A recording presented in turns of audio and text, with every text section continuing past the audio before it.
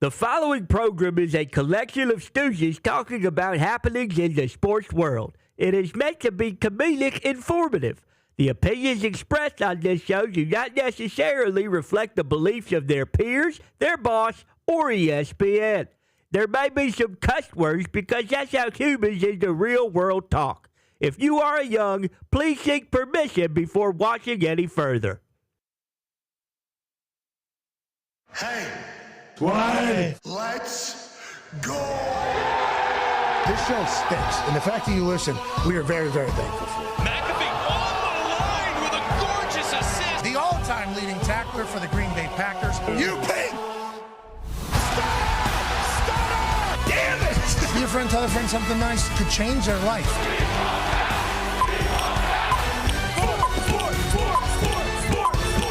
Hello, beautiful people, and welcome to Green Bay, Wisconsin, the host of this year's NFL Draft, and also this Feel Good Friday, April 25th, 2025. This program starts now. NFL Draft! That's right. That's why we're in this great city in front of this legendary stadium with the fine people having their dreams come true that get drafted to the NFL. 32 men got drafted last night. None of them Shedeur Sanders. We will spend the next 3 hours talking about that, just like every other program has through the entirety. That is not the case, actually, with this particular program because we enjoy the hell out of what all the teams did last night. Feels like it was the most logical draft that has happened in a long, long time. Feels like there isn't a lot of chatter about anybody making too big of a reach. Feels like a lot of teams are pumped about who they got on their team. Now, it was a lot of trenches. It wasn't as much offense as it has been in years past. And I'll tell you, the atmosphere that the Green Bay Packers fans and the people that traveled to Green Bay for night one of the NFL draft last night was electrifying. I think the weather was probably as good as you could have asked for Green Bay, Wisconsin, as today has turned into a little bit of a misty, breezy, cold, chilly Green Bay, Wisconsin afternoon here in April. But last night was spectacular. I believe the number was reported already, and if not, I heard that the number was 205,000 people here last night. And the thought of how big this parking lot was, whenever we were looking at it before it got filled up with the fans, we thought it was an egregious, aggressive amount of space to give for fans to travel to Green Bay, Wisconsin for the first round of the NFL draft. And then as we started seeing those shots from the super cam that they have and the jib that they had and the sky cam that we had, this place filled up for 4+ hours. These fans were electrifying. It wasn't that long ago that Roger Goodell was in his basement eating peanut M&Ms for the draft. Here we are 5 years later, 205,000 people coming to the beautiful town of Green Bay, Wisconsin, and that obviously only continues this evening. Roger Goodell will join us in the next hour. He'll be sitting right here. In a few minutes, Matt LaFleur, the head coach of the Green Bay Packers, will join us. And also joining us today, Diamond Dustin Poirier, legend from the UFC. So we got a great chatter coming up, and it's not just me. Obviously, the boys are here. Talks the tables here at Boston Connor and at Ty Schmidt. Ty, good to see you. Missed a good one last night. I know. I mean, I saw it on TV. It looked like a raucous environment, and obviously, not just that. Coach McCarthy being here, that was incredible. And then, like you mentioned, kind of feels like everyone kind of got what they needed. Maybe some people weren't happy about Shedeur Sanders or whatever, but as a Packers fan, they take a receiver in the first round. First time in 20+ years. Last night, all around was incredible. Conman, you guys started the trend. Oh, yeah. Picking up a left tackle, and you wouldn't be the only ones. Last night, a lot of offensive linemen drafted, a lot of defensive linemen drafted. You were pumped. And Will Campbell, after being drafted, had an interview on the stage. This is what it sounded like. Don't have that. We do not have that video. Will Campbell talking about getting emotional, basically, about how much work he's put in to get to this point. And then he said he's willing to die to protect Drake May. Connor, you were pumped about Will Campbell whenever it happened. I think New England Patriots fans were, how'd they feel? And then after the interview, what is the thought for the New England Patriots? I believe Patriots fans who kind of understand football, kind of get what they're trying to do here, loved it. Will Campbell, you mentioned it. He said, I'm going to fight and die for this team and this organization, which you love to hear. You also love to see some of the other things too.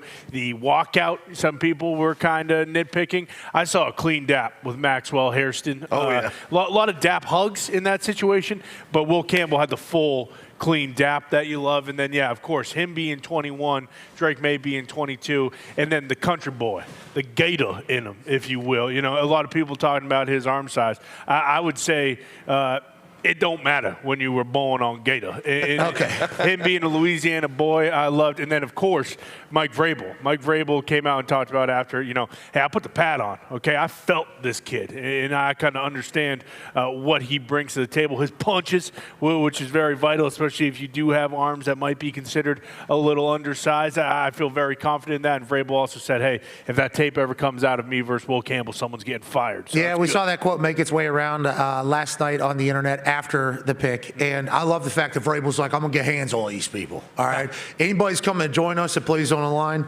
I need to feel how they feel. Hell yeah. And I assume, joining us, the all-time leading tackler in the history of the Green Bay Packers, A.J. Hawk, Ohio State man, just like Mike Vrabel. I assume he long-armed him. Like, I assume Vrabel was acting like a D-end pass rusher towards this Will Campbell guy. And with him saying he hopes the tape never comes out, that means Will Campbell bodied Mike Vrabel. So he's going into that building potentially the alpha. I love that that's the case, AJ. And it wasn't just Will Campbell. Trenches everywhere last night for a lot of teams. And just like Mike McCarthy said every time, I think it's a good pick. Anytime you draft O-line, D-line, I think it's a good pick, especially with the modern NFL. That was a trend last night for real. Yeah, it was a trend, and that's what makes your team better. It is weird, though, to draft like you want like a superstar everybody's heard of, like most fan bases do. But you're right. You over and over and over again, we heard Mike McCarthy talk about. I like the pick. Look at the Super Bowl. The Eagles are able to get a 4-man rush and shut the Chiefs down. Like, I think that's very, it's in people's minds still. And what Saquon Barkley is able to do as a running back, like if you win the line of scrimmage battle, you're probably winning that game. Let's go to one half of the hammer. Dahn, Cowboys, AP tone. What was the big takeaway from last night's draft reaction? Obviously, Shedeur didn't get drafted. Yep. I heard.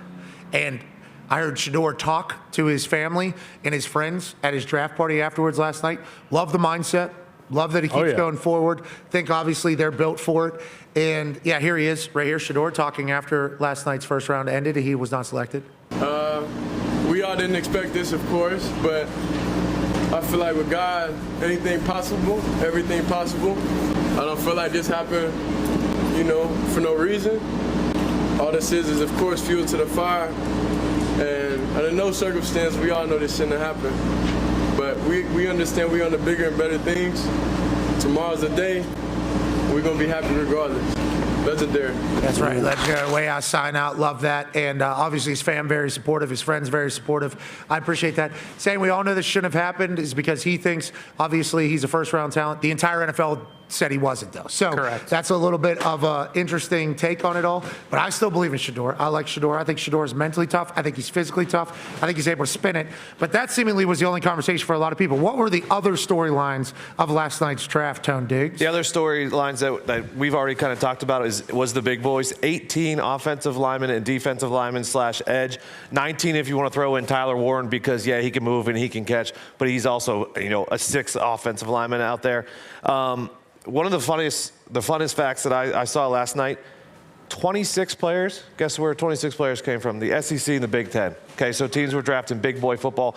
SEC set a record with 15 guys in the first round. Big Ten had 11, so that was a storyline. And a big thing last night, and it was moving pretty quick. Not bad. Like, the team needs, a lot of the time, met the same best player available. So, like, the draft was moving because I think teams were like, oh, our guy's there. So the cards were coming in quickly. It was awesome. Like, big boy draft, the Shedeur story, and then, like, team needs me. Oh, other ones. Falcons trading back in to get James Pierce, giving up a first-rounder last year. And then, obviously, the Jags just making a huge move at the top to go get Travis Hunter. Yeah, that was a nice little splash to start this entire thing. Yeah. Love watching Travis Hunter celebrate. Love watching Travis Hunter get celebrated. Yeah. Because he was getting loud there at the end of the year last year for everything other than football. So to watch him last night be celebrated universally by everybody in football was awesome for him. Love that Gladstone said, hey, I come from a place where we them picks. Yeah. And just let the Jaguars fans know We're very comfortable. And if this guy is, he said he was a first-round wide receiver and a first-round DB, I'm okay giving up another first-rounder to go make sure we get him. And what an explosive play by Gladstone. What an explosive play by Liam Cohen. Love that the Cons, obviously, were all in on this down there. And they needed a spark, you know? Oh, yeah. So you got the AFC South 1 and 2 in that draft last night. And then the Indianapolis Colts get to steal the draft. Tyler Warren about 14 or whatever the case is. Loveland becomes the first tight end off the board earlier in the night than Tyler. There's a lot of little storylines throughout the entirety of it. Yeah, it's insane. In the quarterbacks, like the Giants still getting their guy, but it kind of goes to like what Brandon Beane was saying when he came on last night, like, hey, this isn't a heavy quarterback draft. So now all those players, all those like team needs, those teams, instead of maybe taking a shot on someone else, or, you know, even some of those teams that are kind of middle of the pack might need a quarterback in a couple of years, instead of taking that QB, they're just taking the dudes that they need. And that stinks for the teams at the end, but that's why, you know, like the Texans traded out, I believe, and they took, and that's where Jackson Dart went for the Giants. So you got to be pumped if you're just taking trenches with the way football is going. And there's still so many good guys left, it feels like, too, you know, so many Ohio State dudes, a lot of that pass. Both running backs from Ohio State still available. Yeah. Both of them, Sawyer, Howard. I'm not sure if there's still Luther Burden. Oh, yeah. I mean, he's a guy that changes the game, changes the math. Before the season, like, people would have been floored if Luther Burden would have made it out of the first round, even out of the top 15. Yeah, him and those Iowa State wide receivers are going to make a run. The Ohio State running backs are still there. The Ohio State ends in JTT and Jack Sawyer, who you just talked about. Mike Green out of Marshall, who led the NCAA in sacks last year. Desmond Azaraku out of BC had 16.5 sacks last year. Like, so there's a Nick Eamon-Worry, who's 6'3", 230, the safety out of South Carolina, who ran a 4.39. He jumped 43 inches, is still out there. A lot of guys out there. Yeah, this is what they meant whenever they said from like 10 to like 70. Right. Yeah. Is pretty deep, because a lot of names we know on that still available board. Quinn a lot Ewers. of names. And Quinn still. Ewers. Yes. That guy a lot of these guys could turn out to be very, very good pros. At one point in the draft process, Will Johnson was pretty sure projected top 10. I'm pretty sure he was mocked to New England in some mocks early At on. 4. At 4, yeah, and he's still on the board. It's awesome. I'm pumped for tonight. I think tonight's going to be great. We can hear you just fine. You sound amazing. I know you can't hear yourself, so just know that your microphone is working, Great. and you sound Awesome. You sound. I saw you messing with it a couple different times. Yeah, you're good. You're good. We can hear you. I know you can't. Going to be a miserable day for you. Good luck. Good luck throughout the entirety of that. Yeah, there's a lot of names still left, and a lot of people we didn't know about. Gray Zabel. Gray Zabel, this guy that got drafted to Seattle Seahawks out of North Dakota State. I'll tell you what, I'll take 53 of this guy. Yeah, no kidding. Here's his interview after he gets drafted to the Seattle Seahawks out of North Dakota State, and what he was planning on doing last night. What's next? What do you do tonight? What do you do tomorrow before the Seahawks send you out here? Man, I'm probably going to start diving into these bush lights and celebrating. have the 12-hour rule. We get to celebrate it for 12 hours when we get back to work. So I got an unbelievable crew here. My head coach, my offensive line coach, they're all down here, and a lot of friends and family. So They were talking about him potentially transferring a couple different times, and I guess there were 6-figure offers for him to transfer, and he said, nah, I'm going to stay with the people that believed in me from the beginning. And then immediately after getting drafted, he goes, I'm going to dive into some bush lights here. I got a 12-hour rule. Okay, I'm going to celebrate this. This is exactly what you want as an offensive lineman. I love what Schneider did up there. Yeah, and he was the guy I talked about last night who just rented 250 acres of land next to his parents' farm because he wanted to start planting corn and do that for after his career. But no, you get those North Dakota State, those FCS linemen, those guys like that. He's exactly what you expected, exactly what you wanted. He's a dog. And, yeah, he did have a bunch of offers to go to the FBS level. He stayed at North Dakota State, started all 16 games at left tackle, led them, I believe, to a national championship or to the national championship game. Yeah, he's a dog. Absolute dog. We talked to John Schneider, who is from Green Bay, Wisconsin, last night, and what a treat it was to talk to him. Yeah. He's in the middle of a full rebuild, retransition into a new culture. I feel like that's a good guy to start it with, especially with your first-round draft pick, draft an offensive lineman. A lot of people did that. There was a draft pick last night that got a massive reaction. Yeah, big pop. From this place. Huge. Mark Murphy went up there and cut a promo. He did. Pick 23, never would have expected it. Yeah. Welcomed everybody Green Bay. Then he even said, for the first time since 2002, and the Packers fans, pop. We know what this is. Draft Matthew Golden. Now, Ty, you weren't here, but Mad Mel Kiper had quite a moment last night. And if you look through the history of, Mad Mel Kiper's reactions through some of the Green Bay Packers draft picks, last night it felt like Mad Mel was the most excited, but it wasn't just him. It was all 205,000 that were out here, brother. Why do you think that's the case? And why'd you guys get so excited? Why'd Packers faithful get so pumped up about it? I mean, I just think you saw like 20 years worth of catharsis coming out. It's like, for so many years there, growing up, it's like, hey, this will be the year. We'll grab a receiver, and that'll kind of take the Packers over the edge. They'll go win another Super Bowl.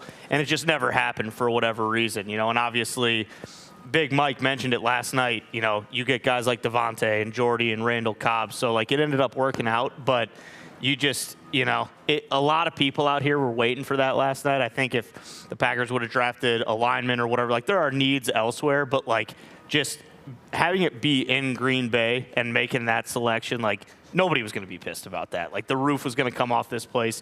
It did. I think it was just like 20 years worth of waiting that finally came to fruition, and it was incredible. Matthew Golden dropping to 23 was wild. Yeah. I mean, that was not a thought. It was like a lot of players had that. Joining us now is the man who's going to be tasked with not only drawing up plays, but also leading Golden and the Green Bay Packers to another Super Bowl. Ladies and gentlemen, the head coach of the Green Bay Packers, Matt LaFleur. Yeah, coach. We appreciate you. Great shoes. Great shoes. Great hair. I mean, the whole thing. Jeez, the beard. I got it. Yeah, hold on. Let me put this out of your way here. Let me get this over to the other side. All right. Somebody got to get me straight all the time. No, well, speaking of that, let's talk about that. We'll talk about the pick last night and how pumped you got to be for that. I don't know if I was as excited as Ty, though. Yeah, he was jacked up. You were really jacked. I was pretty excited. Were you watching the reaction? The whole place. Oh, there was people throwing stuff. I mean, it was. I'll tell you what. It was the awesome. draft room was ecstatic. It was electric, but I think out here was times 10. Okay, so we'll talk about what you're going to do with Golden, a guy who runs a 4.3, obviously. Sure. A lot of. Can we talk about what's going on here? The fade is phenomenal. You are on a list of whites that have great fades all the time. Justin Timberlake always had a good fade. Tim Tebow always had a good fade. Marty Smith always had a good fade. And you quickly, once you came into national prominence, was a guy like, that guy's always got a great haircut. How do we, you look phenomenal. Let alone the beard. The beard is unbelievably on point. I appreciate that. Is this every day you wake up like? No. We getting a haircut every day? No, once a week usually, maybe 2 weeks. Do the boys recognize this, I assume, in the locker room, how nice the fade is? Yeah, we got a great barber in town, Hand Can, and does a great job. Hand Can, great work. Okay. Title town. Gotta have a good barber. Exactly. All right, let's talk about the Green Bay Packers and the addition of Golden. Jordan Love, obviously the move is made.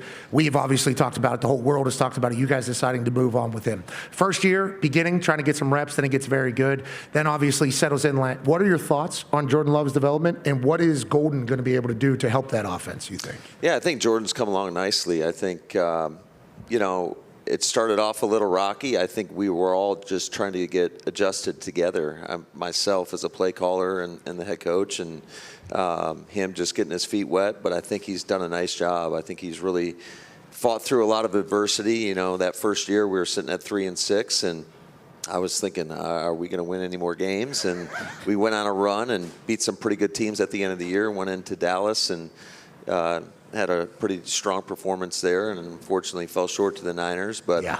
I think you look at last year, just what happened week one definitely took a toll on him throughout the duration of the season. And, he battled through a lot of things. But I was proud of just, the guy that he is and how he leads. And I think there's more out there for him. But adding a guy like Golden, I know he was ecstatic. I FaceTimed him last night, and he's like, oh, I got to get his ball's going a long way. Yeah, that's tough to throw to 4.29. Yeah, well, it's great news for a play caller and a play designer, I assume, to have a guy that has 4.29 out there, especially with Josh Jacobs. So you guys move on from Aaron Jones. Obviously, that's a massive decision. He ends up with the Minnesota Vikings.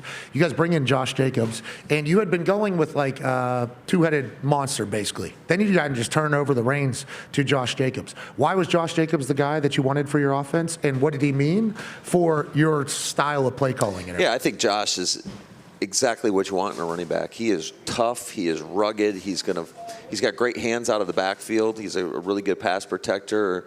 And as good as he is on the field, he's even better in the locker room. And as you know, as a former player, that is a key piece of it. We talked to Mike McCarthy for the last couple of days about the transition period from Brett to Aaron and how he had to balance a lot, and how it was a focus of his because it was good for the entire team.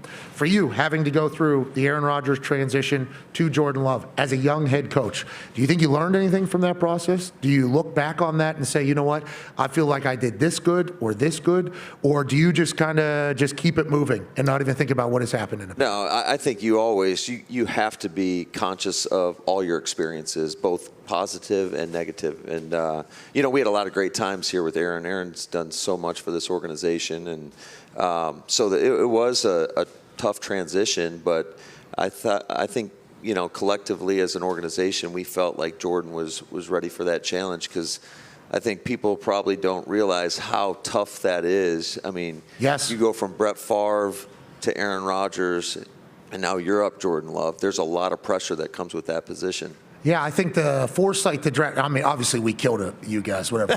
Man, murdered you guys. NFC Championship. You give up like 180 yards before contact, and then we got first round draft pick. It's like, all right, we're gonna get a D lineman. We're gonna go win a Super Bowl. Then Jordan Love is the pick, and obviously I think you've probably seen Mad Mel's reaction and everybody else's reaction through it all. But then as it starts to kind of unfold, it's like the Green Bay Packers are always seemingly ahead of this, more so than everybody else. Watching a young quarterback watch a veteran, I think is crucial. We had Andrew Luck in Indianapolis, and obviously we moved on from Peyton before Andrew Luck got in the building, but I still to this day believe that if Andrew Luck was able to watch Peyton for 1 year as his backup, how he operated in the building, how he talked to people, how he talked to coaches, how he talked to the play caller, what he's allowed to say, what he's not allowed to say, I think that would have benefited Andrew Luck and sped up his career maybe 5-6 years.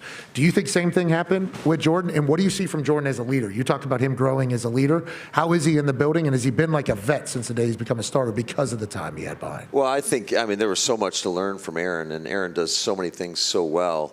But he had a front row seat to it, so he was able to just sit there, watch, and learn. And I think a lot of quarterbacks, there's very few that come in this league and just dominate the way. Jaden Daniels did a hell of a job last year, but even Pat Mahomes sat for the majority of that first year. I think he had one start as a rookie. Yeah, last game because they already had playoffs seeding. So I think a lot of guys get thrust into some bad situations and then they flame out, and I don't think they ever get a chance to develop because it is a different game than the college game. And for him to have, and for us to have that luxury to kind of groom him at that pace, I think is paid dividends. Yeah, but you got to manage, because he wants to play, I assume, at some point. He's first-round draft pick quarterback, so you got to manage that behind the scenes while also managing the older quarterback.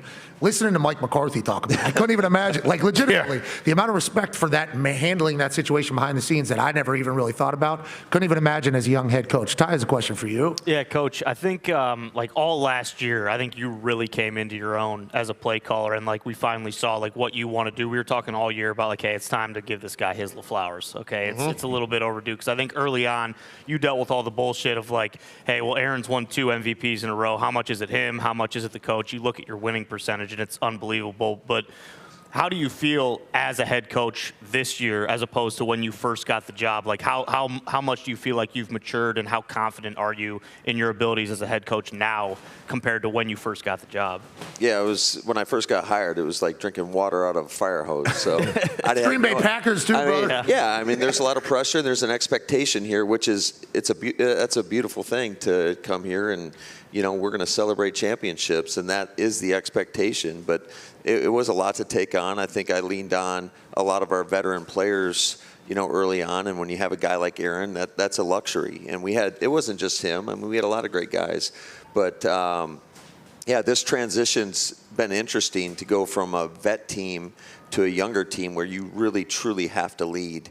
And thankfully for me, I think we got a great staff around myself. I think one thing you learn as a head coach, although you might want to do it all. You can't do it all. So you better lean on the people around you and empower them. And we've got a lot of great people in this building. I think AJ can speak to that in terms of just how the organization values character. I think it is important because at the end of the day, you're dealing with people and you're dealing with a lot of people, and they have to make a decision. Do they want to get on board with the vision and what you want to set out and accomplish, or go their own way? And that's always a challenge in our sport when you're dealing with a 90-man roster in the offseason.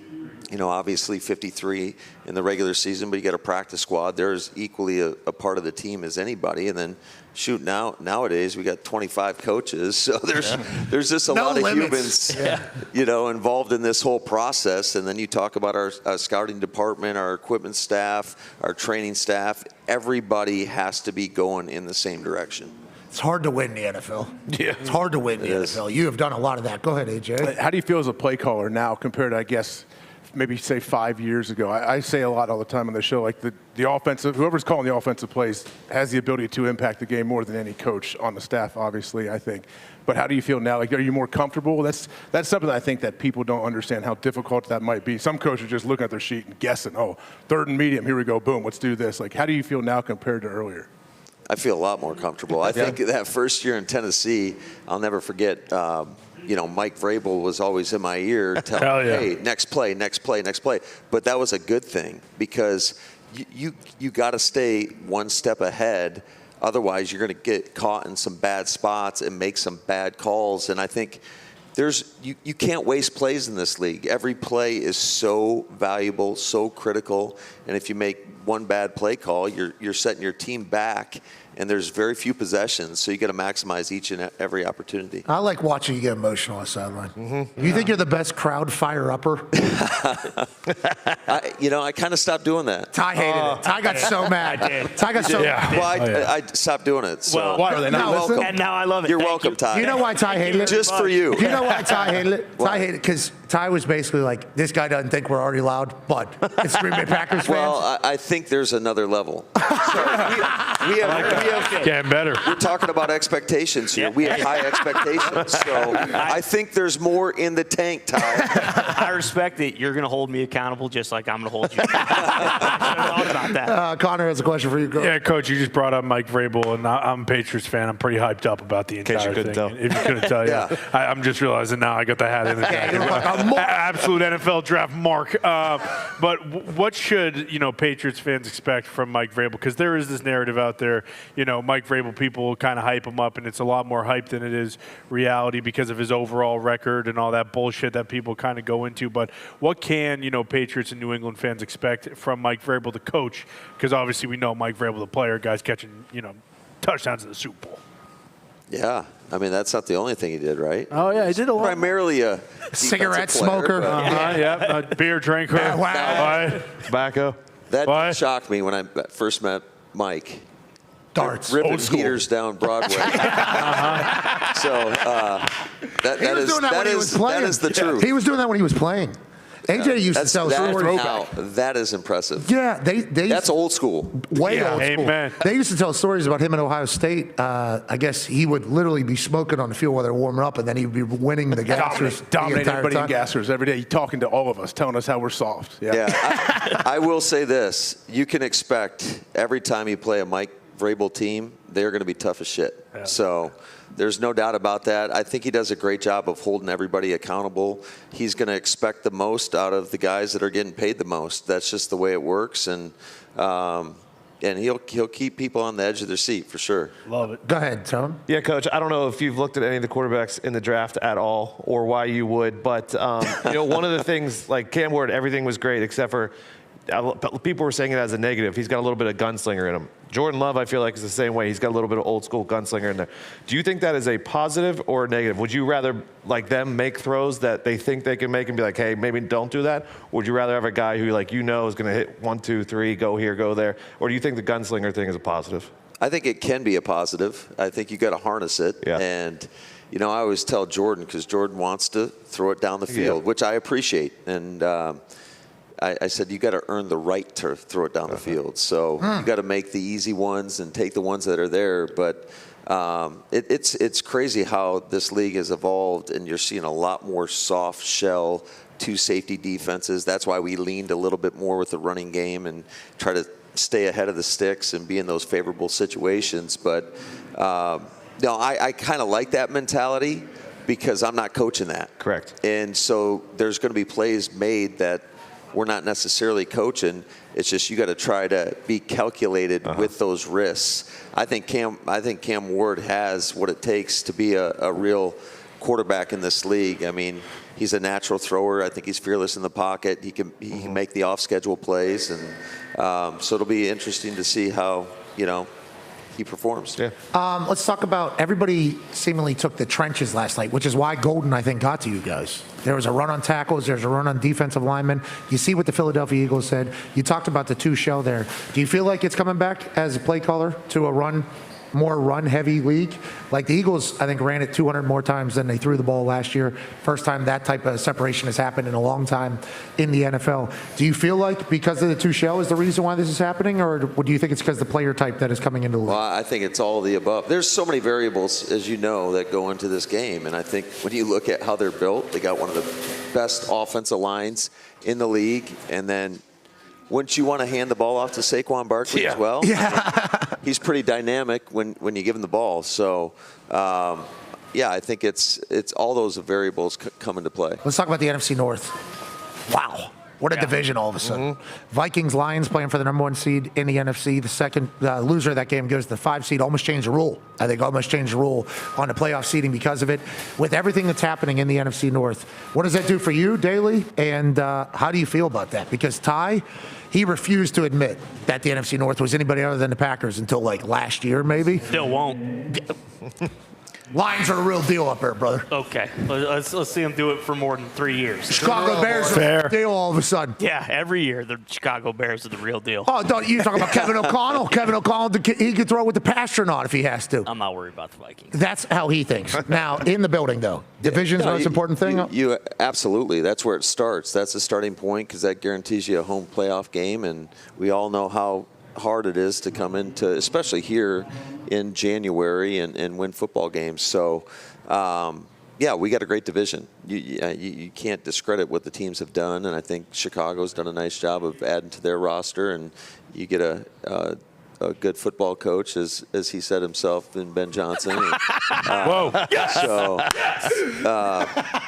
but no, I do respect Ben. You can't. He's one of the best play callers in the game. I like shit talking there. I like that rivalry still existing too. Ty has another question for you, Coach. Yeah, how what's it like now as a Packers fan? In terms of like the defense, it seems like that's what it was every year. We watch these playoff games and the offense is scoring 45 points, but then it's still like last possession. Here we go.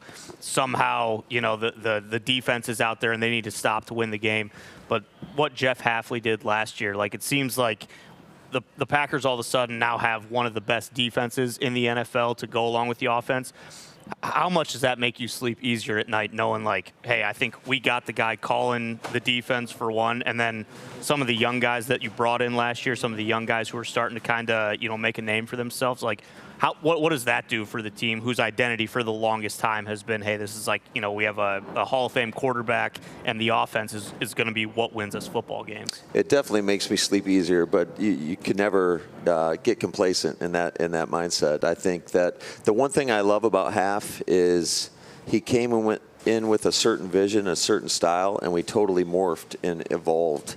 We were going to be an over front, rush 4, play a lot of 3 deep, and that certainly wasn't that, where we got into multiple different fronts. I thought our defense kind of held it together for us in that game versus Philly. Yeah. Unfortunately, we had a bad special teams miscue to start the game, and then offensively, we just couldn't get anything going. And when you turn the ball over 4 times in a game against a team of that caliber, I mean, you see the end result. So I think Half does a great job. He loves ball. He's got a great vision. He understands how to use players and put them. And I think that's our job as coaches is ultimately how do we put whatever player and play to their strengths and do it collectively among all 11. You got guys, some young guys you mentioned, like Edgerrin Cooper. I thought to see his evolution, he is a dog. He is a dog. So it was fun to watch him the progression that he made, because early on in the season he was hardly playing for us, and then you go to the end of the season, and I mean, he was playing as good as anybody out there, and we added guys like Xavier McKinney, and we got a lot of young guys that I think are going to take that next step, like an Evan Williams, Javon Bullard, Lucas Van Ness. Yeah. I think, our front alone, guys like RG, he's far from a finished product, but I think I'm really excited about what we have in store. A guy like Quay Walker, I think he's still scratching the surface. So I'm optimistic about our defense for sure. What did Saleh do here last year whenever he stopped by after getting kicked out of New York like everybody else? Oh, yeah. I don't know if you heard the story. Everybody got kicked out of there. My brother got kicked out of there too. As well. So everybody got kicked out of there. What did Saleh do last year, and how nice was it to have him back around? And how pumped are you for him to potentially get his joy back in football with the Niners? Well, we just hung out, we just sit there and talk. I'll tell you what, it was great. Obviously, we've got a long relationship. We were roommates as GAs at Central Michigan University, and got a lot of war stories from back in the day. I can imagine, yeah. Especially with that good of a haircut and the way Saleh looks. Yeah. I didn't look as good back then. Although, didn't have the barber every day. I get it. Yeah, I get it. I understand. But my wife, who's here, I guess I looked good enough for her. But thanks, Mama. Thanks, Mama. Saleh just had 8 kids. His eighth.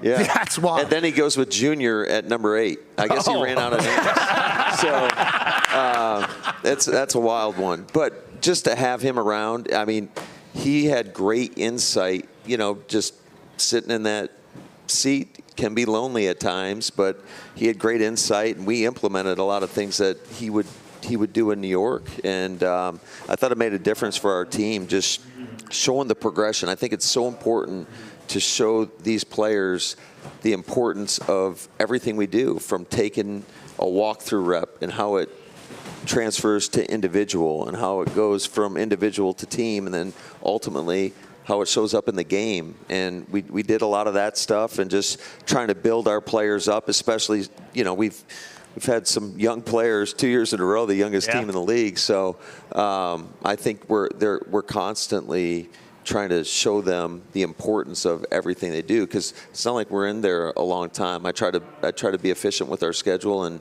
try to get guys in and out. There you go. Wow. Good. Hey. We got some Yinzers on the staff. Wow. You kind of nailed that, actually. To be honest, that was a good attempt at that whole thing. We try to be efficient and, maximize our time. You moving on from the DC, big decision. Mm-hmm. Like, that's a big decision for anybody to have to make, especially in Green Bay. He assumed it was never going to happen just because that's kind of what happens with Green Bay. Then you bring in Saleh. Then your defense shows so much improvement. I love the moves you're making, brother. In between the fades on either side of your head there's a good brain going. Now, there was something you guys were petitioning against that a lot of people, were it was literally 50-50. Go ahead, Tom. Yeah, Coach, in about half an hour, we're having Commissioner Roger Goodell on the show, and nobody hates a tush push more than you guys. Is there anything you want us to tell Commissioner Roger Goodell to argue your point on banning it? Well, I think he's on our side on that. I don't know. We'll see. But, it's more of a rugby scrum. But, whatever the league decides, we'll adjust to. How about that? Good answer. Well, with Jordan Love, too, with how big and strong he is, I don't think you guys are against, quarterback sneaks, right? We're just – we actually use Tucker Kraft quite a bit. Yeah, whenever he gets in, motions in, looks sweet. It was awesome. Tuck is lobbying to throw some passes this year. I'd love that. I think he's earned it. Don't you think he's earned it? Do the Tebow, the fake, fake run the red I meant zone. to talk to you about this. So Rich Bisaccia, I just saw him. Yes. He brought up J.K. Scott? Well, when you were playing in Dallas, I believe, you brought a corner cat. Yeah. And he threw to your flyer, threw a great ball. Thank you. Guy dropped it. Yeah, right. And then he said you were palms up. Yeah. Yeah, that was a check with me too. That was first drive, first series. We lost a yard, and I think that was back when touchbacks were at the 20. So it was 4th and 11 on our own 19, first drive. Good. You got that Sean McVay memory right there. Well, let me tell you why. So Orlando Scandrick, I believe, was the corner. He comes hot. As soon as I see that, we immediately check to Zebra. Okay, I'm throwing this thing. Had the green light. We practiced it 80 times probably. No problem at all. I was so pumped. Got that thing. I don't think I had laces either. Nobody's talking about it. Quick out. Boom. I do put it on him. I mean, I do put it on him. Hit him in the chest, he drops it. They would go on to score on that next play. First and 10 from the 19 going in. Sure. And then I think they scored 50 unanswered against us. I'll never forget that. Yeah. He definitely mentioned that they kicked your ass. Oh, yeah. And it was potentially because of that play, which Chuck Pagano canceled on Monday meeting. Yeah, I don't care if he's wide open. We're never throwing the ball again. I'm like, Chuck, people drop the ball all the time. He goes, not on 4th down. Okay. So process over results. That's what I was saying. I went into his office. I gave him a full speech. I'm like, so are we going to stop throwing the ball to this guy because he dropped it? He's like, no, that's 1st down, 2nd down, though. We still have an out. This is 4th down. You gave him the ball in the 19. I'm like, I didn't. We did.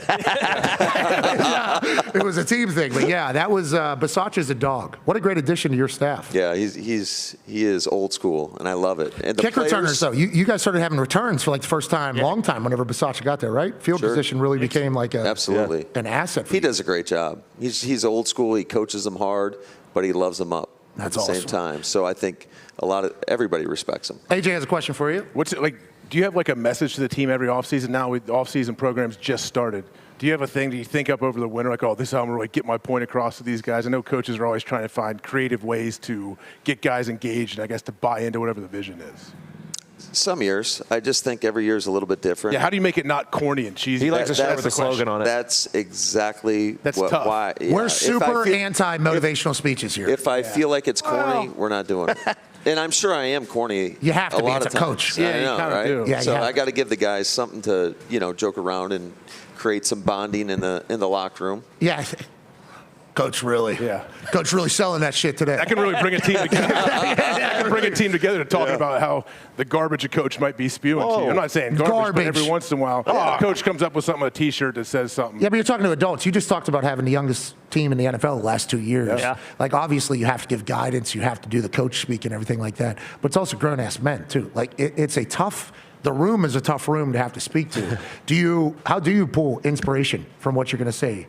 I know Chuck does Chuck did a lot of reading, and Chuck did a lot of like searching and things like that. How do you find inspo for what you're going to? Yeah, I would say that I'm definitely in tune and read a lot of different books. Matter of fact, I just found out AJ's brother wrote one of the books that I'm reading right now. Ryan Hawk. Wow. Ryan Hawk. You're reading a Ryan Hawk book right now? Holy shit, Packers to the Super Bowl.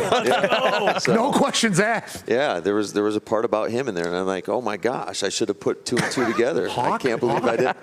We talked about it yesterday, so it's a great book, but I'm always trying to find different things, whether it's things on social media and that's relevant to our players, what maybe it might be the NBA. I mean, you can never go wrong with guys like Kobe Bryant. I mean, everybody can respect what he was able to accomplish, and Michael Jordan. So use a lot of basketball references, and our staff does a good job of when they see something, bringing it up. How much do you sell this as the Green Bay Packers? Because we can feel it. We were driving around yesterday. I stayed in an Airbnb here in one of the tailgate houses, I guess is what they are described as, where these houses just get flipped into setups for everybody to have a good time. They just shove beds in there. Like, I was sleeping in the basement of this house, had 4 beds randomly placed, 2 showers in the whole house. Garage was set up nice. But then there was just cars parked in front yards from where the house was all the way to the stadium. The place was alive. How much do you tell the team about how special it is to be a Green Bay Packer and how special this place is? Because we have felt it. I mean, he got his ass booed last night as a Patriots fan. That's surprising. Usually our fans are a little too welcoming. No, they're not. Oh, that's not. That's why he's doing this one. Yeah. Hey, a little bit too much hospitality out here. Let's make a little bit of noise. But how much are you explaining how special of a place Green Bay and the Green Bay Packers are? Well, this is one-on-one.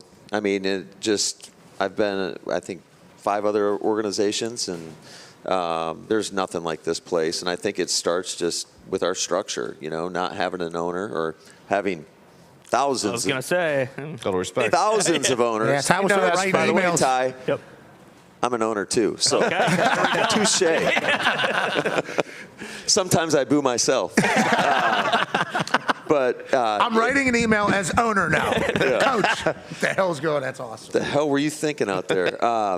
But no, what a great place. I mean, we're in a neighborhood, and here this crown jewel sits in Lambeau Field, and there's not too many places like this, and I think AJ can attest to that, and you probably could too. Yes, we all can. How many times you play in Lambeau? 3.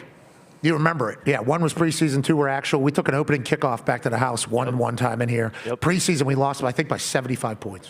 And the place stayed packed for all 4 quarters. And then I called my first ever game here, Lions-Packers. Oh, yeah. And Aaron got a concussion. Got hurt on like the first play. Second play. Prater threw a touchdown in the corner, but the place was, you guys were getting blown out. The place was packed the entire time.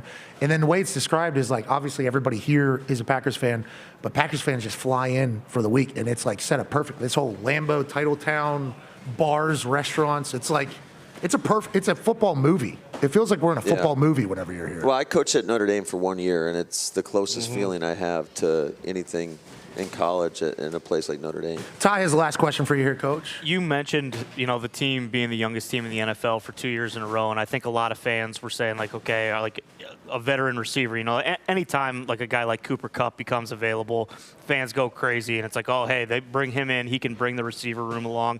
But we hear a lot around the league of, like, teams having guys show up late, miss stuff, just like, and you don't hear any of that stuff with you guys, with the Packers. Like, it hasn't been like that for the longest time. Did you feel like, while we are young, like these guys are maturing enough that it isn't like we got to panic, we got to bring in a bunch of vets to kind of bring these guys along? Like, does it feel like with what you've added in this offseason and then in the draft, like, hey, we're ready to go win a Super Bowl next year? Yeah, I actually love that we're a young team because I feel like we got a lot of guys that have a lot to prove. And there's some non-negotiables in regards to people showing up late to the building. Like, you're going to get fined, and it's not me fining you. I don't want these guys' money, but you're fining yourself. So I just think there's some standards that you have to have in place, and I think most good teams have those standards in place, and certainly we're not going to deviate from what is expected. I'll tell you, it's nice to hear for you guys. Mm-hmm. We're hearing stories from other places. I'm sure you are as well. I don't want to say about this modern athlete because it's obviously not happening everywhere, but there are buildings right now that are just like, openly admitting. Yeah, on fire. Yeah, guys can't. Yeah, it's, how many times you want me to tell guys to be on time to team meetings? It's like guys are just showing up late to team meetings all the time. It's only so many times we can tell guys not to miss treatment. It's like professional athletes are missing treatment on a regular basis. You just fine them and you keep it moving. And if it becomes too much of a problem, at some point you got to get rid of them. Yeah, but McDaniel came out in his press conference and said, "I can fine them as much as I want. If guys don't show up, I don't know what to do." And it's like, I can't believe this is happening in an NFL building. Like, because being late to a team meeting, and I was punter. Scariest thing to think about. So as scared. a player. So you're like scared to death of accidentally, potentially missing an alarm and just walking in there late. Nowadays, does it feel different? Well, you've been around a long time. You look very young, but you've obviously been around a long time. I appreciate these compliments, Pat. You do. 45 years old, but it's unbelievable. Not bad. Especially with the stress of your job. I have no idea how you. No grace you got a in good. there. You got a good moisturizing routine. You have to. You Paw Patooey. Skincare routine, yeah. Got to be Paw Patooey. You use Paw Patooey. You use Paw Patooey, don't you? What is that? Okay, don't play dumb with me. Okay. I don't know what that is. Dwayne Rock Johnson. It's Dwayne Rock Johnson's facial routine. I've been trying it. I have not become a Samoan yet. I don't know. I don't know what's going on. But the conversation about the modern athlete, because the NIL, yada, yada, yada, it's just a different level of entitlement, potentially accountability, or that lack thereof.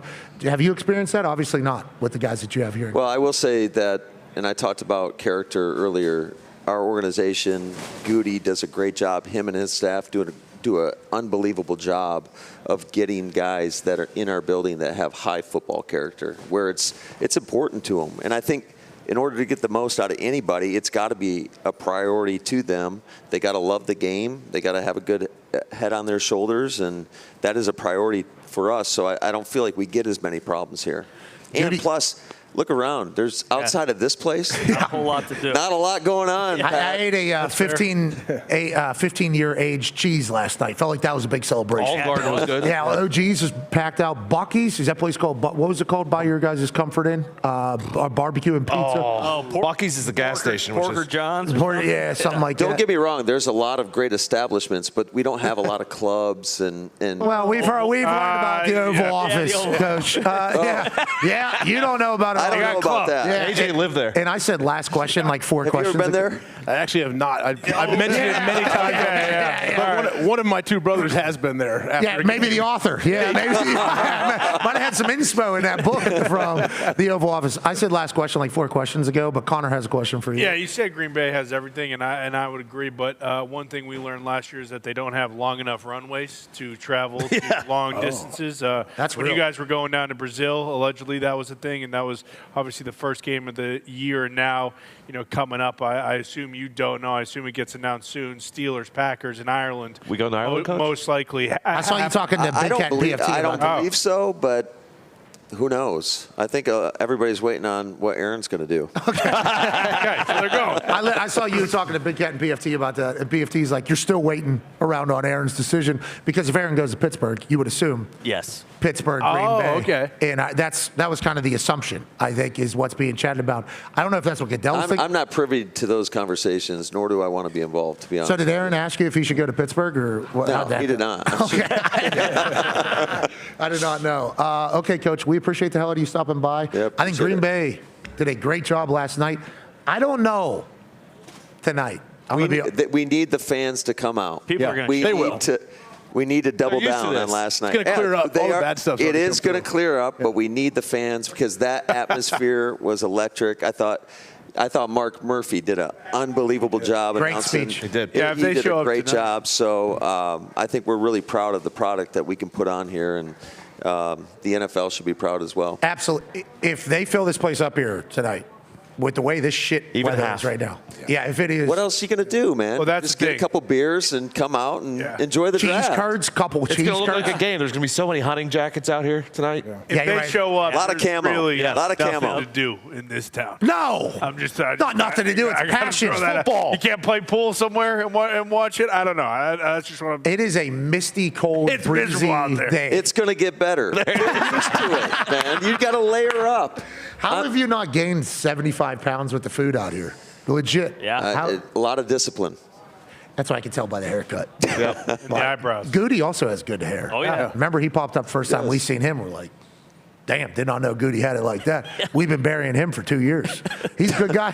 He's a great guy. I think he does a great job. He works at it as hard as anybody I've been around in that position, and he's got a great staff around him. And so I think I'm really happy with our scouting department. We appreciate the hell out of you. Ladies and gentlemen, head coach of the Green Bay Packers, Matt LaFleur. Yeah, coach. Oh, yeah. Thank you so much for stopping by. Yeah, pretty jacked, yeah. Yeah, thanks, Coach. Thanks. I am Appreciate pretty jacked, thanks. Yeah, I've been working on it. Thanks, Coach. Appreciate Been you. working on it, Coach.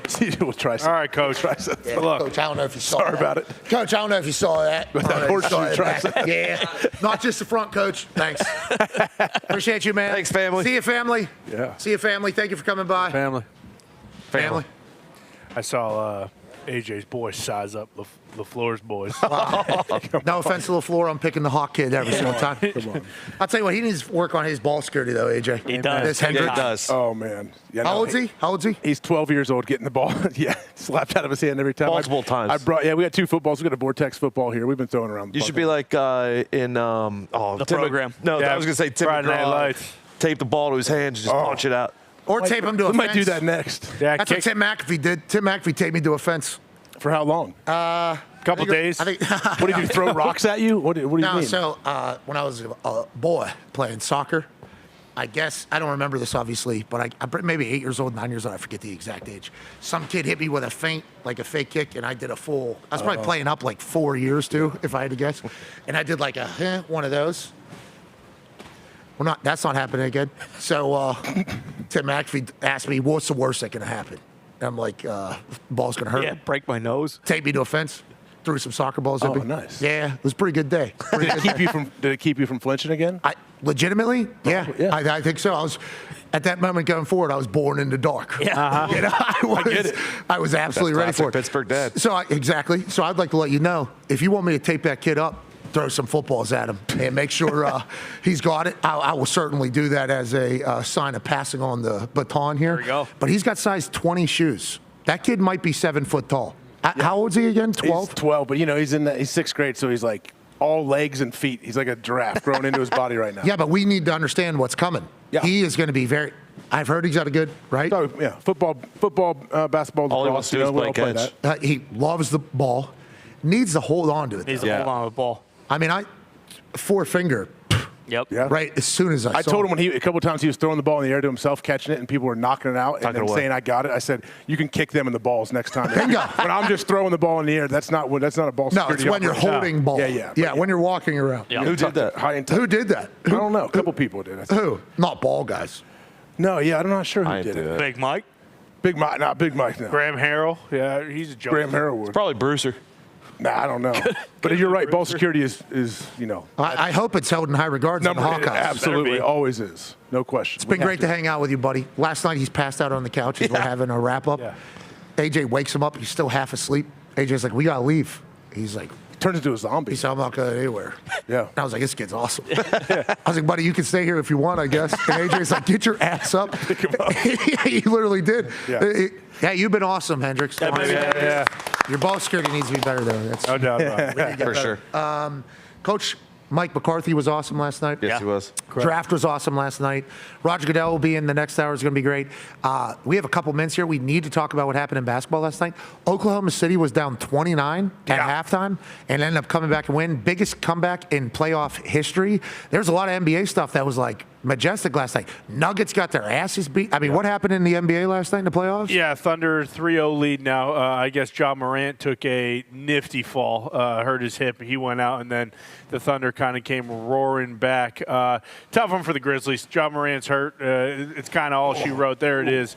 Yeah, that looks vicious. When you can jump, 20 feet in the air like Ja Morant can, that's going to happen sometimes, especially when bodies are getting thrown around in the playoffs.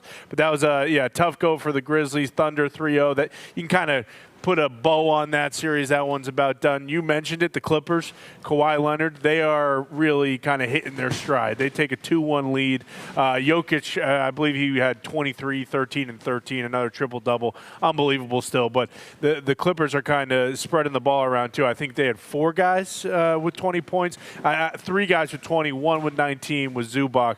But they are fantastic right now. Harden, Kawhi, Norman Powell, and Zubac in the middle. Obviously, he's got to defend Jokic, but then he's still getting it done on offense. The Clippers are a team that's kind of scaring people, I'd say. Because you talk about the Thunder being up 3-0, and Clippers, Nuggets, by no means is it done whatsoever. But that game was at the Intuit Dome, too? Yeah.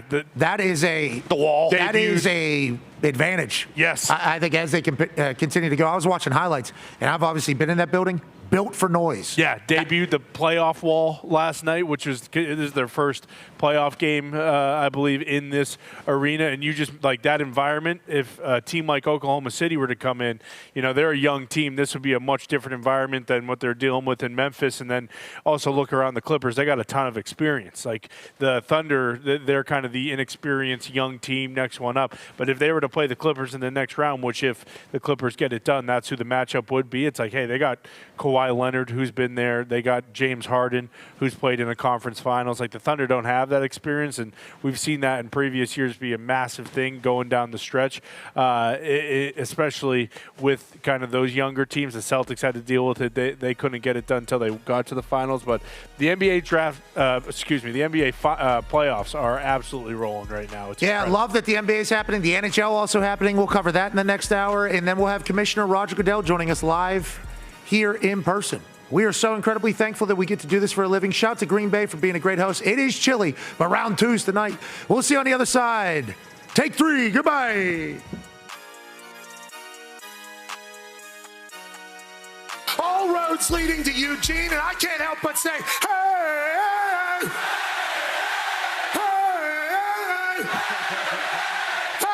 hey, hey, hey. You make me wanna jump, put my hands up and pick my heels up and all again now.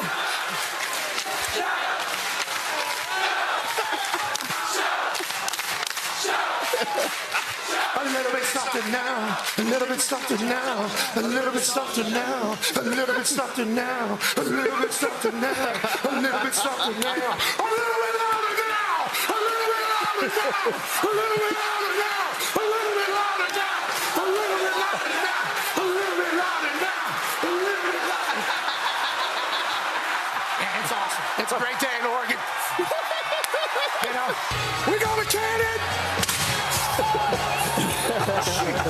OH! We are!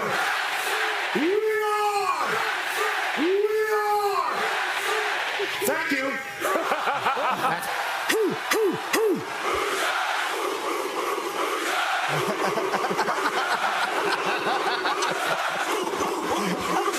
I love this. Let me go ahead and cock that thing. Boom on. Boom on.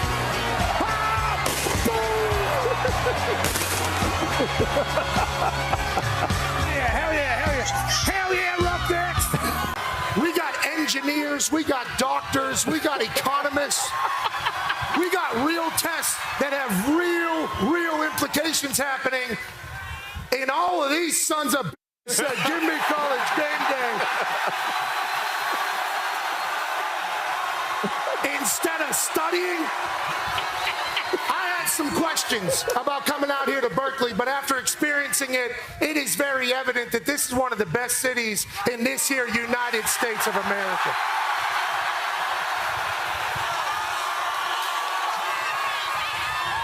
USA, USA, USA, USA.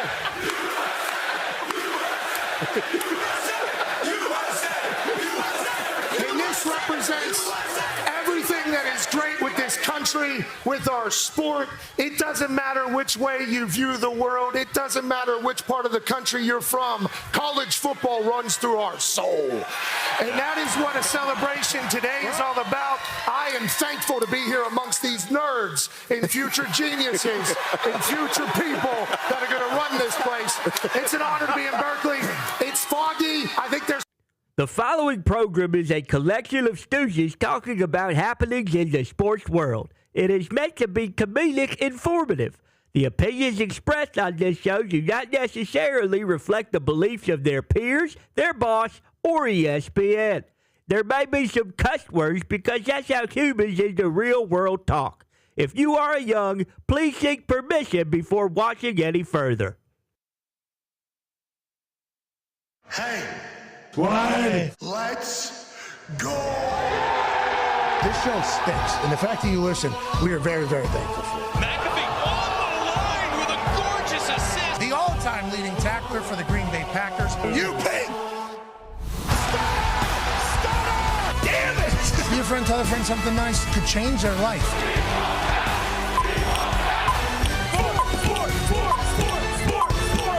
Hello, beautiful people, and welcome back to Green Bay, Wisconsin. You're looking at a live drone shot from last night. Today's Feel Good Friday. Hour 2 begins right now. NFL Draft Is what we are currently celebrating here in a parking lot outside of Lambeau Field in Green Bay, Wisconsin. Last night, 205,000 people were here to watch 32 dreams come true. The environment was electrifying. The weather was spectacular and superb.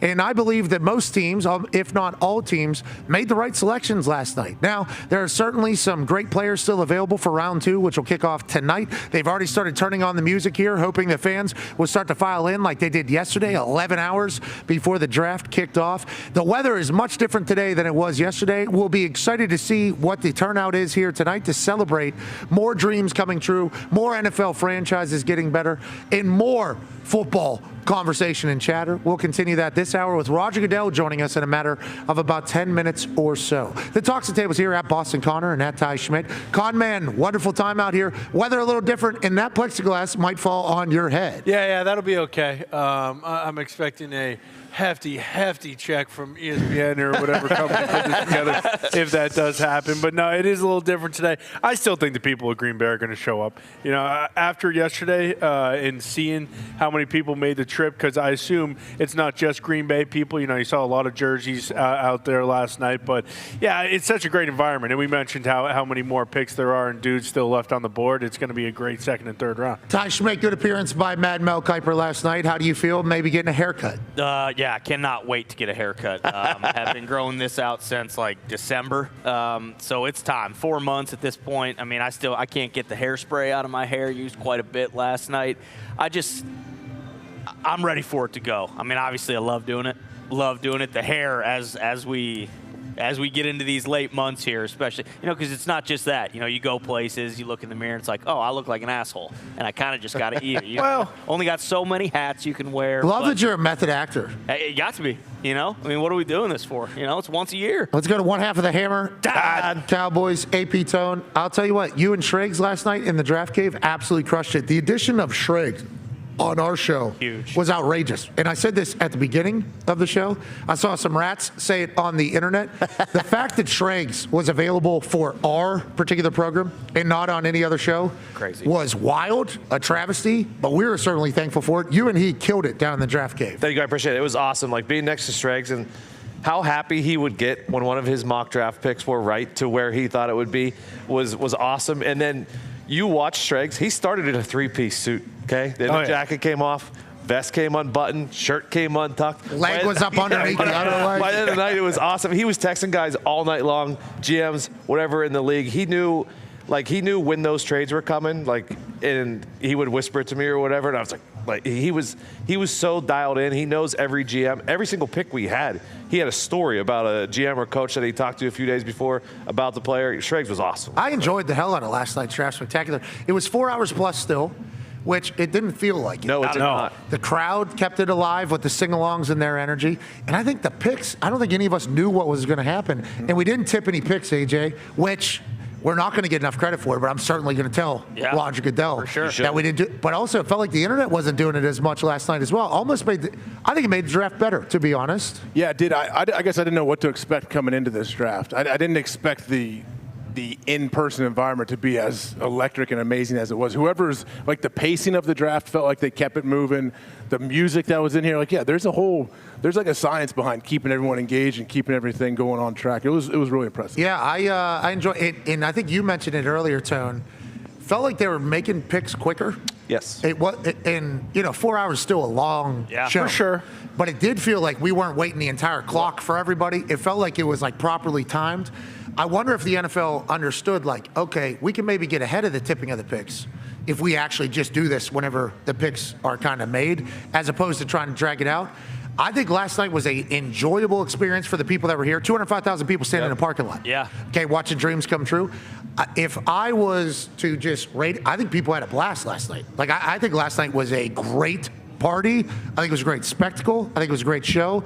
I think the NFL should be very proud about what happened. The crowd was having a great time. Also, the DJ playing all the perfect sing-along songs did not hurt at all. But we had John Schneider on, Seahawks general manager, and you asked him a question hey, is there a lot of calls going on right now? And he said, no, there's not a lot of calls going on right now. Everyone's kind of going by their board. So I think that might be the reason why it went so quickly. Because when you get the trades and you got people waiting until the 9th minute to put their pick in because they're trying to listen for calls, that's when it gets real long. Also, a lot of good players available, I assume. Yeah. I assume that is what a lot of teams were I can't believe. I know the Colts are probably we can't believe Tyler Warren. No doubt. Matthew Golden for the Green Bay Packers. I assume there's a lot of teams that are we can't believe this person is available. And it was a nice smooth roll through the evening. Yeah, even at towards the end of the draft, the Eagles went up one spot just to get Jahad Campbell, and then some of those other guys that just fell down the board to some teams. It was perfect, and it felt like those first 17 picks especially were done in an hour and a half. It was one of those things where you look at the clock,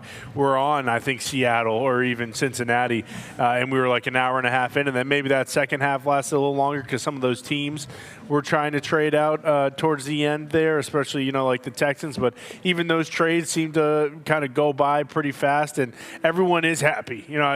I feel like last year maybe there were a few teams that, especially, Atlanta, where it was what the hell happened? What's going on here? But everyone seemed to get the player they wanted and the need that they had.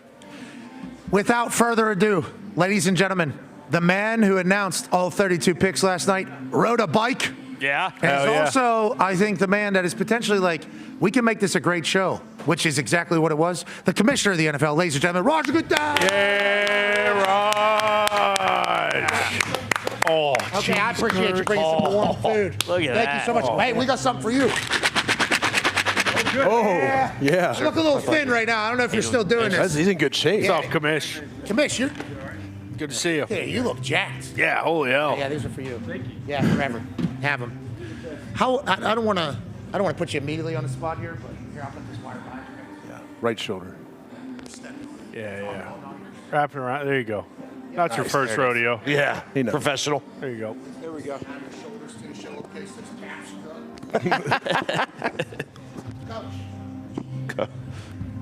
There it is. Commish, I don't want to put you on blast like immediately. How old are you? 66. You look unbelievable. Unbelievable. You look absolutely unbelievable. Does that also mean I'm old? I guess that is kind of a, yeah, anytime you precursor with that, I guess it is saying that, but you do look absolutely unbelievable. And I would like to say, as a person that hasn't been on a bicycle in a very long time, you riding that thing on a stage, I think we got McCarthy sent me some footage of you practicing from a couple of days beforehand. Look at him stick out his left leg here, just like super comfortable.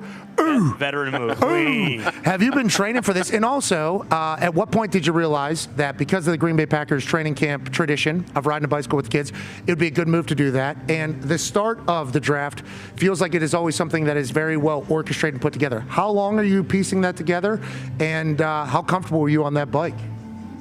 So the piecing together, I would say we work on the draft years out, ultimately. Really? Yeah.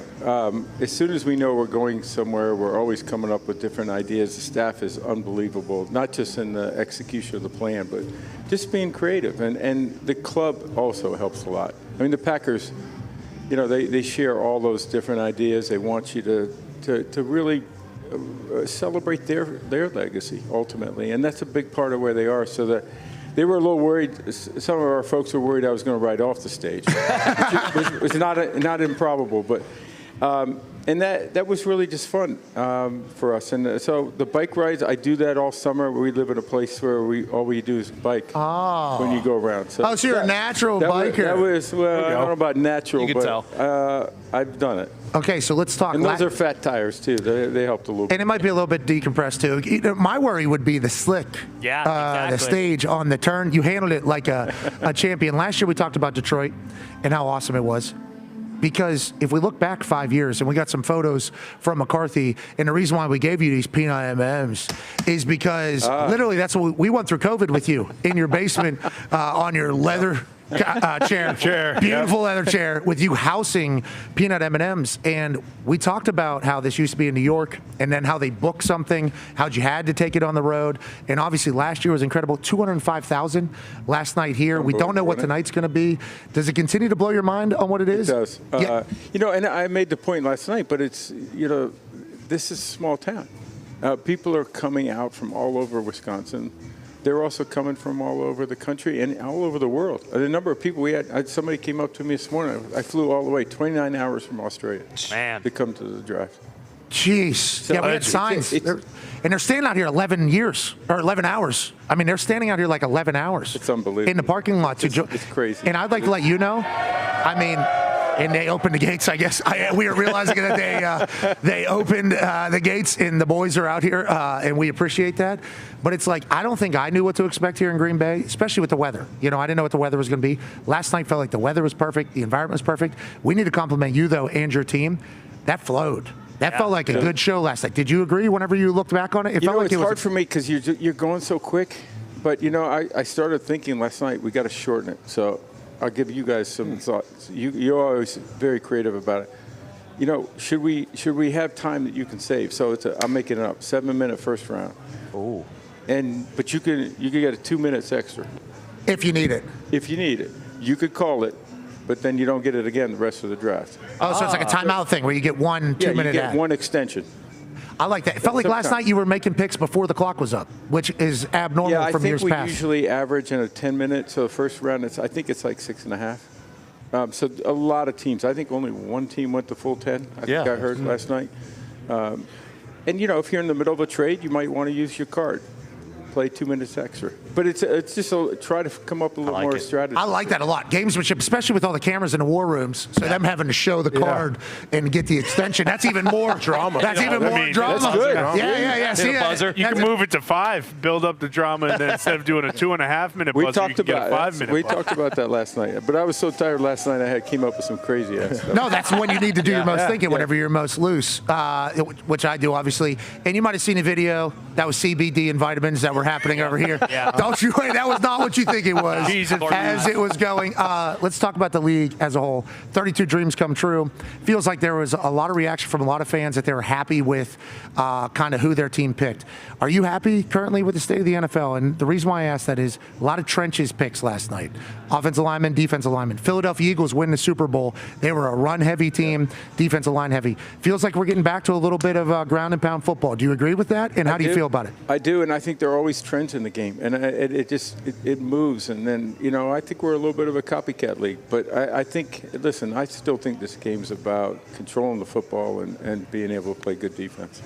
Yeah. And, sure, quarterback play is important, but you got to control that football at the end of the game. You don't want to give it back to somebody else. Connor's question for you. Yeah, Commish, obviously a big conversation we were just having with Matt LaFleur was the whole international games. And you just mentioned a guy flew from Australia 29 hours. Yeah. Maybe that gets Australia a football game. I don't know. They already got it next year. Oh, yeah, okay, there you go. Preseason or regular season? Regular season. We're starting the season off over there next year. Boom. 26. So 2 buys for that team that goes over there? Because that's a... No, they'll be going a few days earlier. Rams or Chargers? Is that it? Yeah, that's Rams right. are the host team. Yeah. Okay. So that's awesome. Ireland for the first time also happening. It'd be really cool if you tell us who the Steelers are playing. I know Diggs wants to fly over there for that game, so I'm going to break that news. Yeah, we'd like to set up a set over there, too. Kind of promote the game. If you tell us, maybe that'll be perfect transition into that. But how many different countries do you think? Can you kind of foresee how many times you guys are going to go to different countries and try different things out? Obviously, Germany has been a massive success. Is that going to be something that you just continue to do until maybe one time it doesn't work and then you say, like, okay, maybe we don't go back to that country? What do you think? Well, we're sort of hoping that doesn't happen, that we pick the cities and the countries the correct way, and that we're not looking to be a circus when we go in. We want to be there, and we want to put roots in there. We want to start getting kids playing flag or tackle football. We want to have engagement all year round. We need media coverage year round. We need our sponsors and partners activating throughout the year. And so we're really looking to build this over the long term. I do believe we can get to 16 games.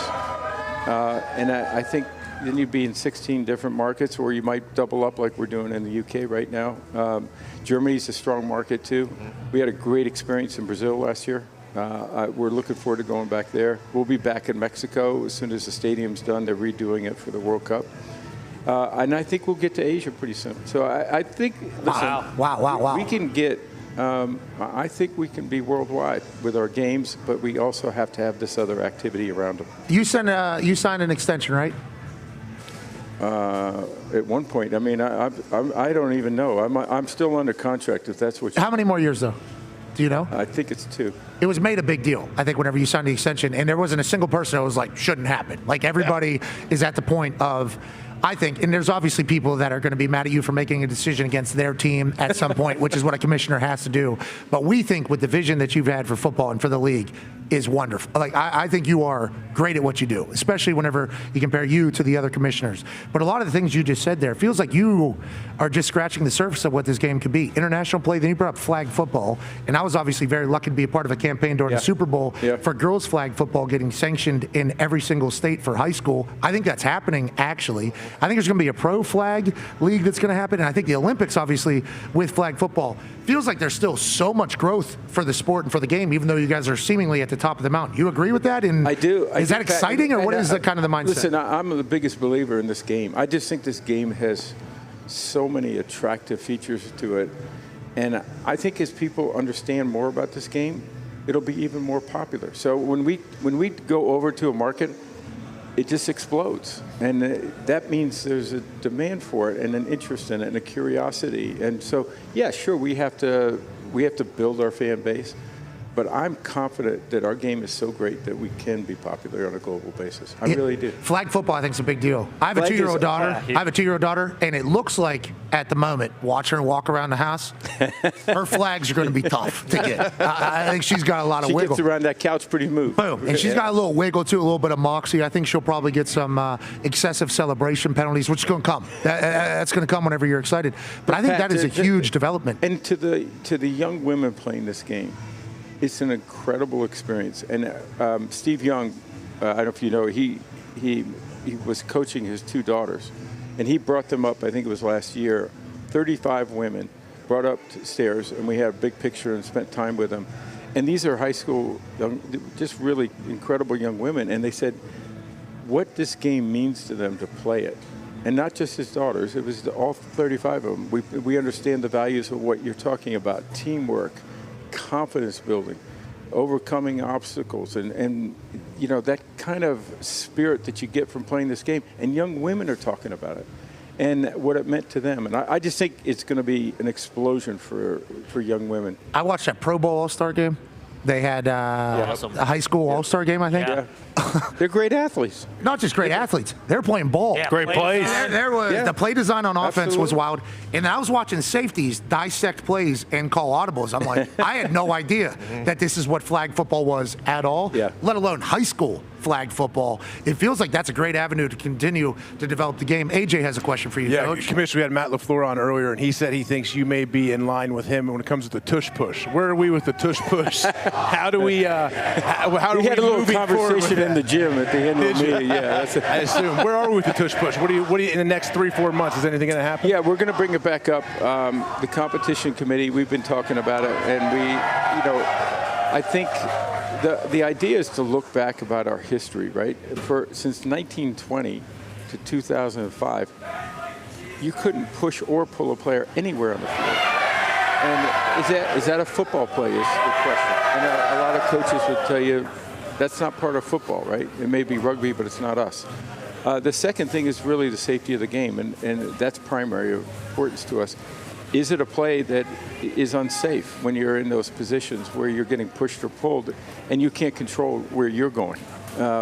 And so those are the two factors. On the other side, there's a legitimate argument that everyone can do it.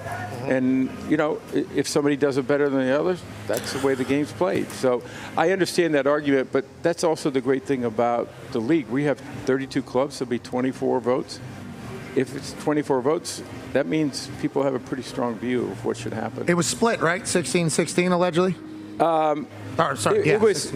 There were different concepts that were discussed. I would say there was a split. There wasn't an overwhelming push either way, but I think there's this, as people see the different things that the committee's been considering and hear the conversation, I think that they'll actually develop a consensus. You know how we talk about this is if Roger Goodell wants something to go through, it's going to go through. Yeah. And so we assume the same thing with the tush push, whatever the iteration is, whether it's you can't have two people pushing, one person whatever the... Or should it be all over the field, Pat? Should we go back to the old rule where you couldn't push or pull a player anywhere on the field? Special teams has it already. Field goals, obviously, that is precedent. I think it has happened before with the dragging of players over piles. But we view it as if Roger Goodell wants something, he's going to inevitably get it because you were seeing it from a more 30,000-foot view. Kickoff was something that whenever we talked to Riz and all the special teams coaches, you told them flat out, like, hey, we need an alternative to the kickoff, or we're going to have to get rid of it. You didn't want to get rid of it, which is why I think you were open to so many ideas. That dynamic kickoff last year, towards the end of the year, I think started proving to be exactly what everybody thought it was going to be. Adjust the rule to the 35-yard line for the touchback, which I think will entice more teams to kick the ball into the landing zone. Huge success. Are you viewing it as in a change of the game? I think it was a huge success because we proved we could make the play safer. We saw that the injury rate on the play went back down to pretty close to where a line of scrimmage play is. And so that got us to the point where we feel comfortable that changes are safer. So obviously moving to the 35, to your point, the analytics show they're gonna kick it in the return area because you're not going to give the ball at the 35. You're going to try to hold them from getting that far. And so we see that as there's going to be a significant increase in the amount of returns. We think somewhere in the 60 to 70%. It was electrifying whenever they got going towards the end of the year because whether it was weather or guys couldn't get it for a touchback, guys were even bringing it out, it felt like, from 2-3 yards deep because of the setup and everything. The first time they did it, though, you thought it looked weird? We all did. It's hard visually to get used to it. But that'll happen over time, right? And if we can bring that play, the excitement back to that and keep it safe, which we think we can, I think people will get over the look and they'll just get more comfortable with it and say, that's an exciting play, which is what we really want. 33 yards. We had 1,700 plays basically we took out of the game at one point.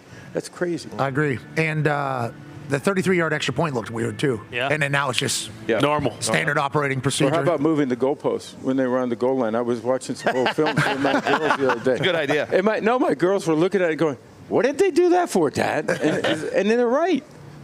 But we moved it back, and I'm sure that was an adjustment for people visually. Yeah, but as long as the game keeps going strong, it's the only thing that matters. Tone has a question for you. Yeah, Commissioner, correct me if I'm wrong, but I believe from this past owners meeting, the Lions' proposal to potentially change the seeding of the playoffs got tabled to the next owners meeting. I thought we were surprised just because you know how successful the NFL is and how much people love, if you win your division, you're going to get a home playoff game. Where are we standing on the Lions' proposal to potentially change the seeding of the playoffs? So I think the Lions' proposal, honestly, I think that's probably more than we're going to be able to get in the first step. I think a proposal that came out of the discussion, which is a healthy discussion about how you should do that. I think there is a general view that the first thing you're going to do is win your division so you qualify for the playoffs, right? Yeah. That's how you start. Yeah. That's the first thing we got to do. The question is, at some point, if you're not 500 or better, do you deserve the ability to have a home game too? Yeah, we like that. I think that's pretty hard to argue with. So. Yeah, it's a nice little clause. Yeah. I think it's a good caveat because I think it was going to be hard, as you would know, to sell the owners on if you win your division, you're not going to get a home playoff game. Because I think every owner, I think that's right. Every year going in, it's like, if I win my division, I get an extra home game and the revenue that comes alongside of it. And so the fan base. And the fans deserve it. The fans really, because the revenue's pooled, so it really doesn't matter to the individual team. It's the fact they're playing at home. Oh, okay. The advantage of being home. So that's playoff money. So what about the concessions that I'm buying at the playoff game? Does that go to the pool? Part of that might be a little bit benefit, but that's Tell the Colts lower the prices on those chicken tenders. Yeah, I wish. Yeah, we got it. But yes, I think like ownership or teams, fan bases too. Like every year we have a chance to win our division, we get a home playoff game. Like that's kind of been the basis of the entire league. Yeah. So we thought it was going to be impossible to sell that to people. Then whenever the caveat came in, like if they're under 500, though, I think fans would even understand. Like, yeah, we didn't really deserve that. I like the way you guys lob something in, and then it seems like there is genuine conversation. Do you feel like you guys are the Titanic, though? Like, do you feel like you set seeds, not going down? Sorry about that. I want to talk about the vastness of the Titanic, not the end of the Titanic. No. But it's like you got to set seeds in, and then you got to like kind of slowly turn because of how big the operation is. Do you feel that way? Yeah, I think the Detroit proposal is a great example of that, right? You take that's a running start, man. That's way down the line. We need to take a step in the right direction. And when you do that, then you sort of, you prove the concept a little bit. And I think we've done that so many times. And you got to be careful of being that ship that's too hard to move. The thing that's going to keep us great, I think, is continuing to look at our rules every year. How do we improve them from a safety and excitement standpoint? How do we look at doing things better?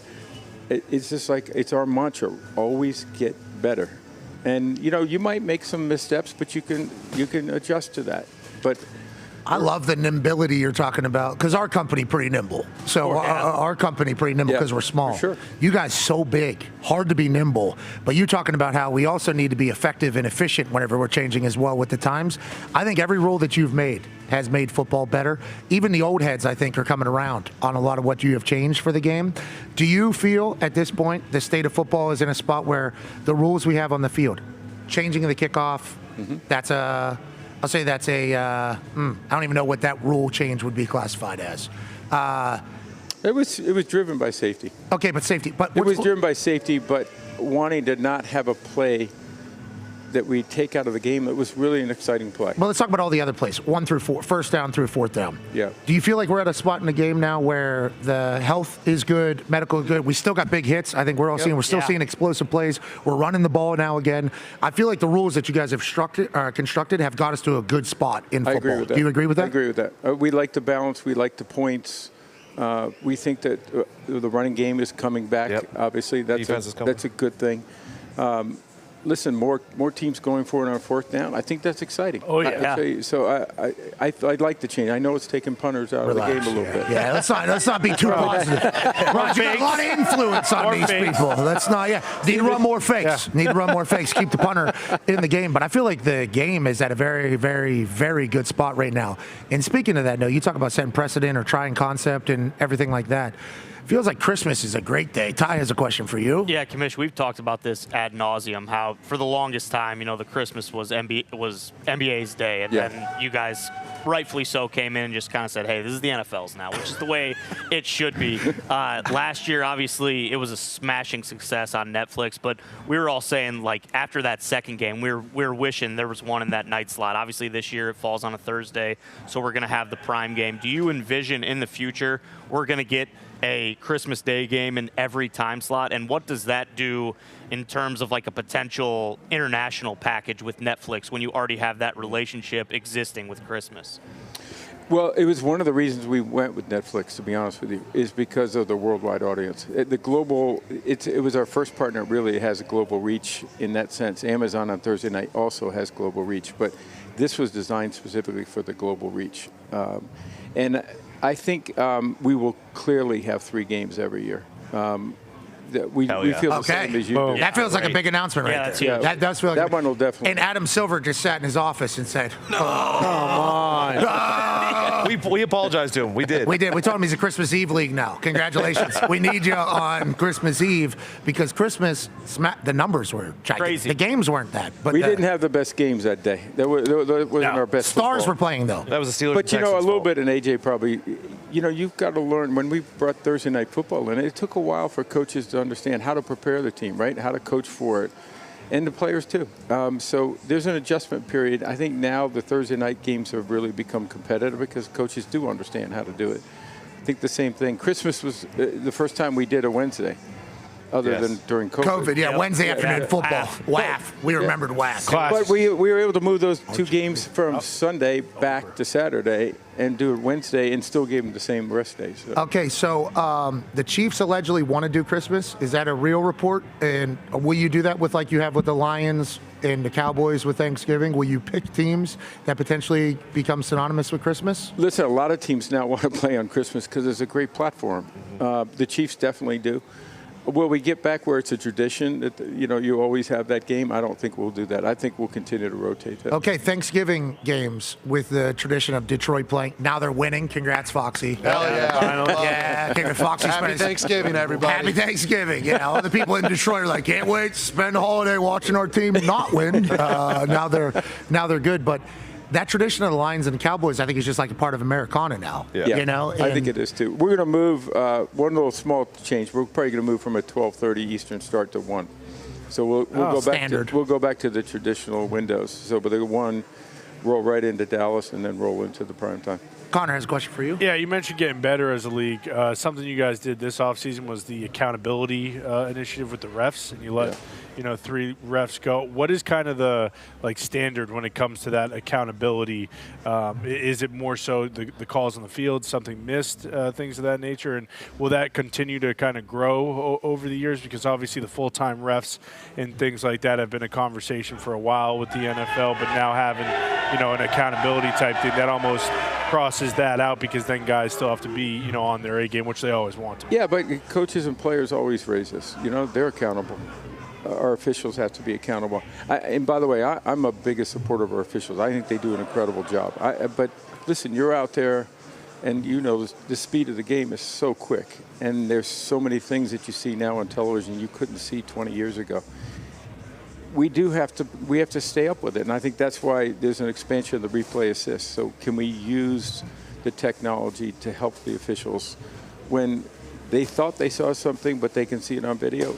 That'll clear it up. So it's a little balance of using the technology, training the officials better, training them differently, giving them everything it can. I still don't believe that it's going to change if they're full-time officials, because what are they going to do? We need full-time. But what are they going to do in the offseason? Train. What do you mean? Like I train. Like you train. Lift, run. Work on their calls. You'd be shocked at how many guys are doing that. And they're looking at the video. And the whistle, they're getting pretty good at it. Yeah, too good. Speaking to an entire audience. Yeah, I would say this. It feels like the refs weren't really and we brought this up a lot. I would like to let everybody know that we are fair journalists, I feel like, because we as players understand the importance of refs. Sure. And how a ref can get people fired, how refs can change the trajectory of a team, a city, an organization. But this past year, it felt like the refs were not a part of the conversation every single Monday where it had been in years past. I think the advancement of technology and the usage of 8K helped them. Without telling anybody, other than the teams, are you guys doing that more? Like, because it felt like there was a little bit more after further conversation. We changed it. If we see something that can be helpful to them, they can go down to them. Yes, but it's in certain categories. We're careful. We're not in their ear every time and saying, watch for a holding on the other side. These guys they got a lot going on the field. We're there in very specific circumstances, which all the clubs know, and that's what we call replay assist. And if we see one of the expansions is going to be, you saw it last year on quarterbacks running out of bounds. If they get the wrong call and they throw the flag, we'll pick up the flag. Now that's one issue that we're still debate a lot about is we can't throw a flag through replay. But if a flag is thrown. But if a flag is thrown, we could correct it if we think it's wrong. Interesting. So I wonder what the mindset will be for refs there. I'll tell you what some people say they'll be more likely to throw a flag. Inclined. I don't think that's true because I think they're out there, they're making judgments so quickly. They want to get it right. We haven't seen that. But I will tell you that at some point there's a lot of complications to it, but being able to correct an obvious call where a flag didn't go down, and we've had games like that, including playoff games, where you just don't want a game to end that way. And can you come up with some concept where you can actually have replay change it, even if a flag didn't go on the field? Yeah, well, I think the advancement of technology and also the refs accepting it. Because I think there was a time there where they had too much pride and they're like, we don't want to step on anybody's toes or anything like that. Now it feels like it's more of a hybrid situation, which is great for the league, especially with the technology we have. We know you have a very busy day. I need to ask you, because we asked you last year about it, and I think you even had the schedule set up, 18-game season. Okay, would that add a bye? I don't know if there's been a development in the conversation. So right now it's 17 games with a bye. Obviously, not everybody is guaranteed a Thursday night game anymore. They used to be guaranteed a Thursday night game, so they had a mini bye on the back end there. Now it's not like that. If you go to 18 games, will there be 2 byes? And what do you think the conversation is like with the NFLPA about potentially 18 games? Because if we get another weekend of primetime games that you're able to sell to any of these platforms, feels like the salary cap and money that's going to come in is only just like flag football and international. You're only scratching the surface with these specialty games that could be added. How important is the 18th game to a season, and how far along are we in that conversation? Well, listen, there's no question, right, that the general public would say, I'd rather have a regular season game than a preseason game. So I think 18-2 makes sense from the quality of the game. The core function for us, though, is can we keep the game safe for our players? And can we minimize contacts in the offseason and training camp during the season where we can do it where we think safely? And that's the core issue. And I think that gave us the ability to go from 16-4 to 17-3. 18-2 would be another extension of that. And as you know, we used to have a 14-6, but guys played every preseason game. Every preseason. I didn't know that, actually. I just learned that. You were playing 20 games. So I think, and that was at a time when you had double sessions in camp. You had a lot of drills. Terrible pads, terrible helmets. Yeah, and I think all of those things have improved. I think the equipment, the rules, the way we train players has changed significantly and makes it possible to do. We still have to deal with the Players Association. They have a right to approve it. So that's going to be really important for us in having that conversation to say, yes, we can grow the pie. And they get a percentage of it, as you know. Yeah. And so is it the right step? I think we feel strongly that it is, but that may be something that will have to happen over a longer term. It may not be a shorter term. You talked about sharing a percentage. I think it's 49.5 or something like that. I forget what the exact CBA. About 48.5, but take another percentage. Yeah, I get it. So let's talk about that. And I know you have to go, so I appreciate you taking time here. I'm good. Relationship with NFLPA. Great. Okay, so when I got drafted, I went to the rookie symposium, and it was DeMaurice Smith's first time addressing the players, and it was like, we're going to war. We're going to war. We're going to war with the NFL. Then the lockout happens and everything. It wasn't just the NFL. It was yours truly, too. Yes, exactly. But I didn't think, as a person that is very interested in business since I'm like a little kid. Literally started selling cigs in 5th grade. I don't know if shouldn't have done that. I agree, but the kids were going to smoke cigarettes anyways. I at least should profit off it. Nonetheless, I don't know if that's the best way to go about doing business. Now, granted, I've done business with people and done that, and I am willing to give up my business with those people to do that. Is there a way where the NFLPA and the NFL, I don't want to say good business partners, but like, do you feel like it's a much more positive relationship Definitely. with this? Yes. Okay. Definitely. Listen, you need each other, right? Like we legitimately. We do, and they make us better. And I believe that. I get so many suggestions from players, not just through the union, but individually. We just met with a group of vets this morning with a couple of active guys. We met with all the rookies yesterday. We're always looking for input of how we continue to make the game better and stronger for all of us. And I think, there's no question in my mind that you couldn't have had 2 successive 10-year CBAs. You couldn't have done that if we didn't have a partnership that was working for the players, for the clubs, for the fans. And we have. And that's, no other leagues come close. No other industry has had 2 successive 10-year CBAs that I'm aware of. And that, that came through a lot of pain, right? We went through a lockout, and Jeff Saturday sat down and said, let's get this settled. And Jeff Saturday was instrumental. I can remember going to his house that spring and to get him involved because he was such an incredible leader and smart. And he helped us get to a place where I think we found the right balance. But you also don't wait 10 years to do that. We're making those changes. If we see something that we can improve, we'll sit down now and fix it. That's good business, I think. And McCarthy told me yesterday you talked to the rookies. And I don't know if you do that were at the draft. I don't know if that happens every single year. It does. Okay, so what was your message to them yesterday, if you don't mind sharing with the public? Well, a lot of it is just one. We're here to celebrate you, obviously around the draft. But it was sort of it's a difficult message when you're sitting there as a rookie and you're about to get drafted.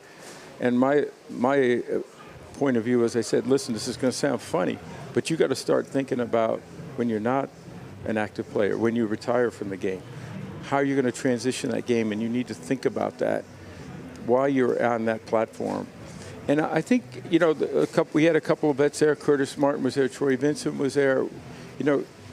They were taking it in, and I think they were understanding it. But so we want people to think about, yes, we want you to be a successful NFL player, but we want you to be successful in life. And so what we need to do is help you transition. Life's all about transition. Transition into the game, transition out of the game, but also be prepared. You're going to retire as a young man. Do something, find a career, and work that and develop relationships. Find what you like.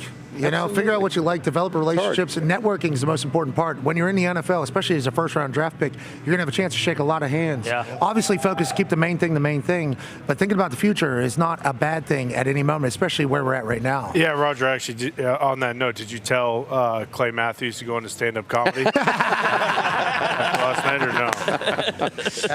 Just for the record, I didn't know anything about that. Yeah. And by the way, it was funny because he came over and he goes, "Commish, you pissed?" And I said, "It was a moment." And you know what? Those guys gave a lot of thought to it, but it was probably appropriate, right? And Yeah. It worked. Bay, right? I mean, while you were talking just a few seconds ago, a Bears fan was lifted up on somebody's shoulder, and they all started booing his ass out of the city. So I think what Clay did was probably a good thing for the crowd, good thing for the pop. Can't wait to see what it is tonight. Congrats on all the success. Thank you. We appreciate the hell out of you, man. And also, I know that you, McCarthy, and others had a lot to say in us being here, and you talked about talking to the rookies about transitioning and what you do in your future life. You have been nothing short of godsend to us in our company. So thank you so much for everything you've done for us. Thank you for everything you've done for the league. And congrats on all the success. You guys deserve it. And by the way, you didn't come to the office yet and do the show, so let's meet in Ireland. Well, who's playing? I know Pittsburgh's playing. Come on, just tell us. Just tell us. Good try. Good try. They're playing again. Wait, Commissioner, last year I asked you, I said the draft's going to be in Pittsburgh next year, right? And you kind of confirmed it. You want to announce where the next one is? You know what? In about a week I will. Okay. Football town? Another football town, obviously? Yes. I think it's been paying off. Yeah. Maybe Nashville was amazing. Yeah. Detroit was amazing. It might be a little different than the Midwest cities, though, that we've been in, which I think is awesome. But it's really important for us. New England. It's a non-Super Bowl. Is it a mile high or?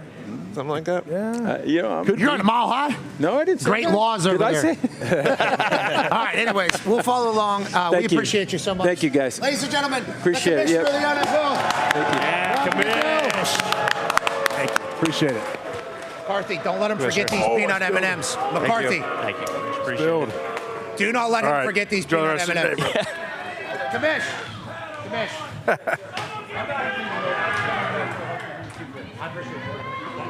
That boy McCarthy. Appreciate it. Thank you, Commish. Good work, McCarthy. I don't know how. Hey, baby, Way to go, McCarthy. Curtis Martin right here. Is that? Hold on. Curtis Martin, obviously can't. Curtis Martin. Still could run the Great to ball see right you, now. man. Hey, he's a yellow You jacket. are- Holy He shit. is. Yellow jacket. Great to see you. Thank you so much for coming. Appreciate you all. He can still play. Absolutely. Yeah. Curtis, great to see you. You look like you're 25. Yeah. Jeez Louise. Speaking of Pittsburgh See you legends, guys. Yeah. Wanted to go. Curtis, way to go, brother. Thank you for representing the Yinzers. Start raining in here. Yeah. Oh, yeah. Yep. Did you see that? Been getting Yeah. a few drops. I was going to say, I'm getting pissed on pretty those good. delish, those delish or what? Yeah, so first one's a little dry, I will say. You need to add Is it cheese curds? you need to put a little sauce on it. Yeah. They were warm at the beginning. All right, I'm sorry. Let me give you a little better. There you go. Here we go. Hold on. Do it. Get the other eye. What are you going to do? Let me get a black eye. Get the other eye. All right, now let me Come on. No, you got to make it now. Oh, my God. dude. It's hard with the light. I can't. I know. I hit you in the mouth. Let me go. 2-3 times here. You need a ball mitt to block out the lights. Hey, Big Mike McCarthy be watching my arm right now.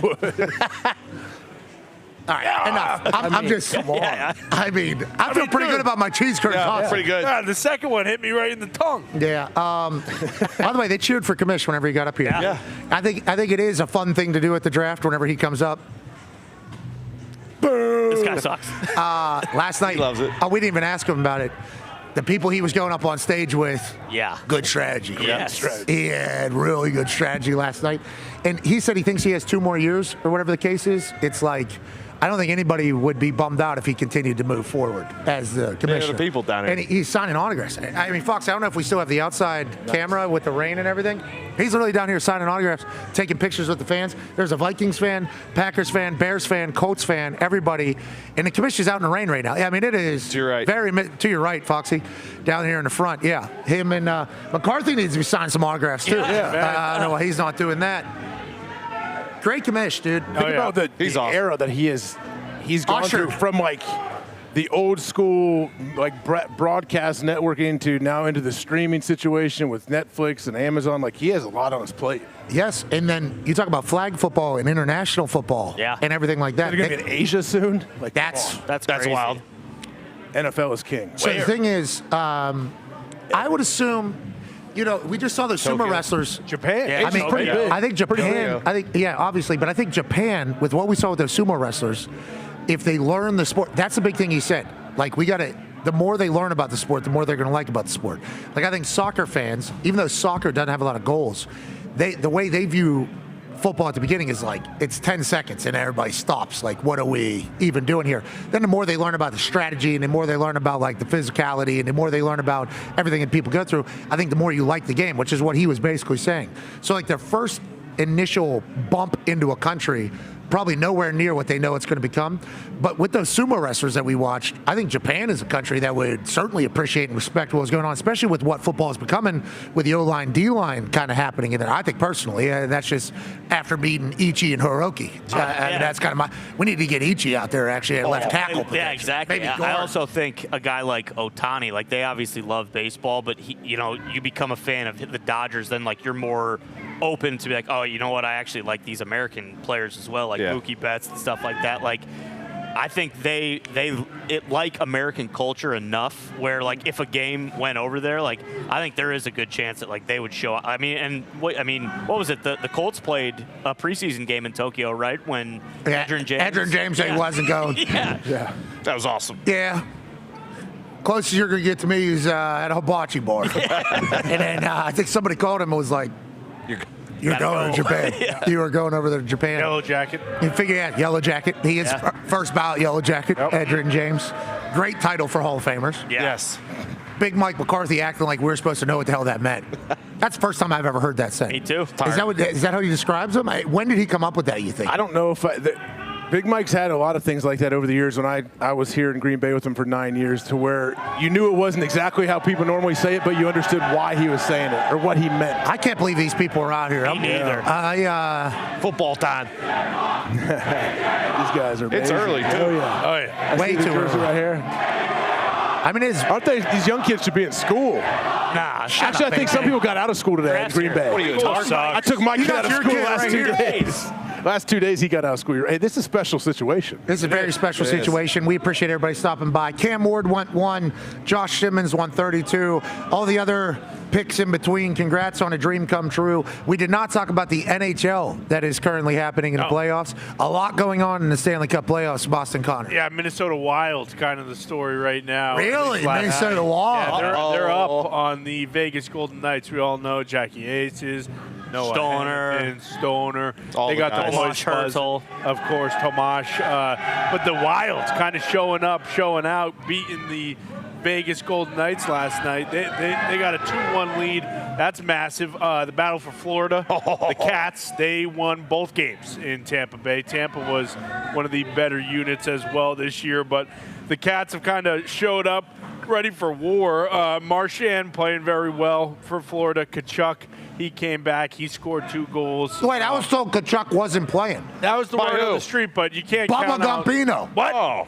Yeah. Well, they started the series a week later than everybody else. That was a nice touch. Okay. That was good. Everybody was. These cheese curds are very good. cheese These curds. cheese curds are pretty delightful. I appreciate the commish bringing these out here for us. They were warm at the beginning of the conversation. Yeah, Coach. What's the coach down there in Florida? We know him. He's been on a program. Who's Coach of Florida? Paul Maurice. Mo. Coach Mo. Coach Mo comes out and says everybody's available. So we're like, holy hell, Kachuk's playing. That's what that means if everybody's available. And Gumpy goes, they're lying. Kachuk's not playing. Kachuk's on the ice with Marchand, right? Yeah. Yeah, I mean, they're incredible. That's a team. That's an annoying team too, not just a good team. That is a thumping team and an annoying. That's a playoff hockey team, right? Like Florida might go back to back here. And that's the other guy on there, Sam Bennett. He's also scored last night. Little rascal. When you talk about a guy who similar to Boston, where everyone hates Marchand, Sam Bennett was that guy as a Bruins fan, where you hate him, but you know how much the Florida Panthers fans absolutely love him because of what a pest he is. Another kind of surprise so far, the LA Kings are up 2-0 against the Oilers. McJesus and the boys not really skating too well, so that's a big one. And what we mentioned, the Capitals. We talked about how much we needed the Capitals. Might want to get this here. What Pat is might doing be an angle, actually. Sliding cheese curds under the glass. Perfect throw. Kind of under the glass his mouth. Arena, if you will. It's hard. It's a tight little hole. Oh! Yeah! Great work, brother. Eat it. I mean, that's like scoring a goal there. Yeah, exactly. You got to find a tiny little spot there. Redirection. Yeah, you do. Perfect. But Ovechkin and the Capitals up 2-0. Awesome for us. McJesus and the boys in Edmonton kind of on the ropes a little bit. Need a massive win tonight, and then Carolina's dominating New Jersey. And then the NBA, we talked about the end of the first hour. There's great series everywhere. How are the Lakers doing? Lakers are 1-1 going to Minnesota. I believe they play tonight. Pacers are dogs. Yeah, they're dogs tonight. They're dogs tonight in Minnesota. Yeah, Pacers are up 2-0. Celtics are up 2-0. Yeah, there it is. Boom. Pacers, Bucks, once again, hey, we don't want to watch you play. Go to NBA TV. So hold on. I asked Tyrese about this. What the hell? I said. Yeah. Sure. I gave him a call. I said, what the hell? What the hell? They're really buying in on that. I love that the entire Pacers organization has bought in on the what the hell, Barry, what the hell, Burton. I asked him, what the hell, why can't I find your games? I'm living in Indianapolis, and I cannot watch the Pacers playoff games because I don't have NBA TV or whatever the case is. I'm trying to find where it is. So I'm like, why is the disrespect? You're electrifying. Obviously, Giannis, Dame is Dame time. Tyrese and Dame kind of getting into it. Yeah, that was awesome. That'd be good television. I'm like, why are they disrespecting you? He said, since he's been watching the NBA, 4-5 almost always on NBA TV. That's 4-5 series almost always on the NBA because they don't want the 1, 2, 3 seeds not being on national television. He said that is kind of just was expected almost as the 4-5 game in the first round is what the hell he said. He even said Clippers Nuggets have been on NBA TV because they're 4-5 on that side. Yeah, so he said that's kind of a normal type thing for 4-5 because I was telling him NBA don't want to see you succeed. Yeah, it's ridiculous. The NBA doesn't want to see the Pacers on prime time. The NBA doesn't want the entire country to understand that the Pacers are exciting to watch. Yeah, not going to happen. Okay. Yeah. Just want to let you know that's not how it's going to go. It might be Pacers in 4. Pacers in 4. It might be in this entire thing. Go ahead. Yeah, Giannis did say post-game, someone asked him something about it because they had the clock guy doing his yeah. He was like, it is what it is. I know what I have to do. So if you're making a bet on anything, I wouldn't bet on the Bucks money line, but I bet on Giannis to score 50 points tonight. Which I think he has. Hasn't he scored like 30? Yeah, it's been like 36, 38. Yeah, he's doing the deed. Unfortunately, it's just him. And the Pacers are kind of like, hey, go ahead, Giannis, score 50 points because the rest of your team stinks out loud. Rick Carlisle, good ball coach. Yeah. Respect. Pacers are a good basketball. Respect. Pacers are a good basketball team. They are. And I think everybody's kind of figuring that out every playoff run. That is kind of nobody talks about the Pacers except for us. Yeah. Tyrese Halliburton, most overrated player in the NBA, says New York Times Athletic. Okay, from a poll that they did. Nobody really watches the Pacers. Then they get in the playoffs, and it's like, this team's kind of fun to watch and seemingly likable. And are they shooting at bigger hoops? They're a squad. I mean, for real. Boston Celtics, obviously. Celtics, is Tatum going to play? I'm not sure if he's playing tonight. I haven't got an update. I'm assuming no, just because we beat the Magic without him. Jaylen Brown had might as well rest up. Yeah, Jaylen Brown had 36 points.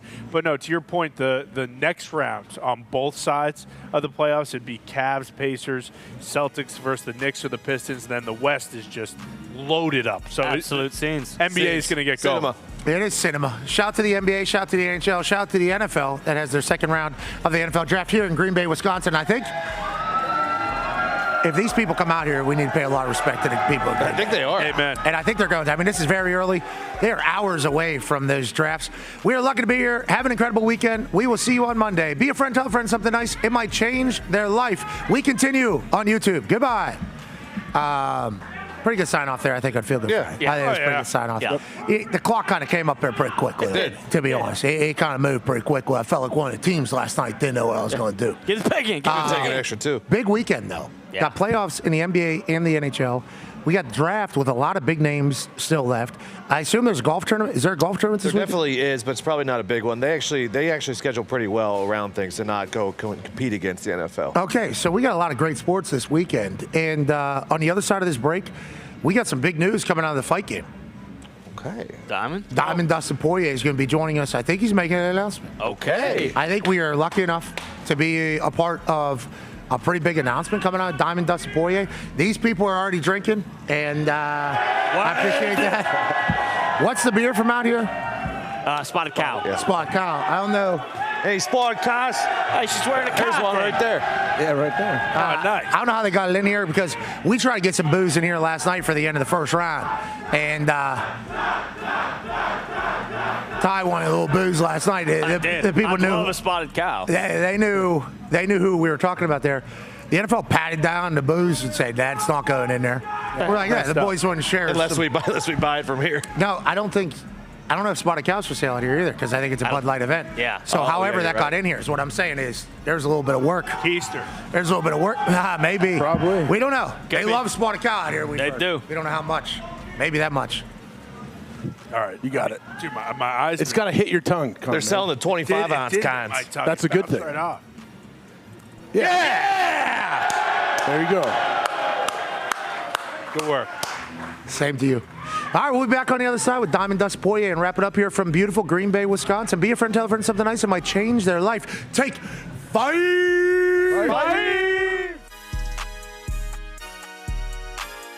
can run it. They can spin it. They can kick it. This Buckeyes team is playing football at a level nobody else in the country is playing right now.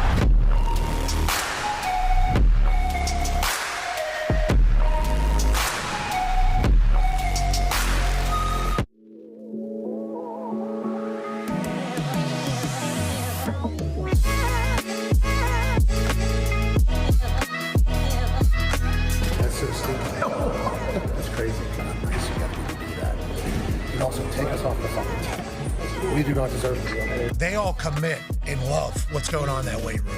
They all commit and love what Jim Harbaugh's preaching. And everybody in the building's happy.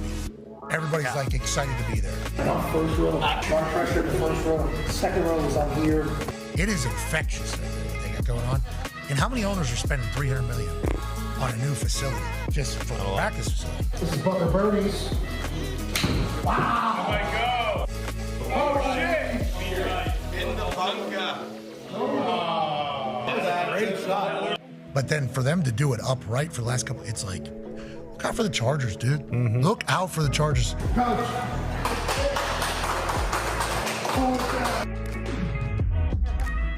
Hey, I'm gonna gift for you. Here we go. Okay, so we missed your birthday, we missed Christmas. We couldn't. Whoa, look at that. Your perspective on high five is one of the greatest things we've ever seen. So all-time greatest thing? I love the high five. Yeah, give each other a high five. Boom! Damn! Boom! Damn! Yeah! Boom!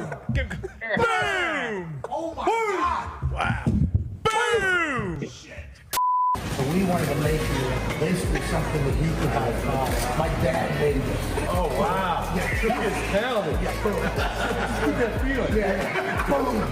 Yeah, boom, boom. And we tested it. I think you can get a pretty good pop if you need. Yeah. That is incredible. Obviously, national champion, Michigan man, and greatest high five. Yeah. Because of what you brought for the high five world.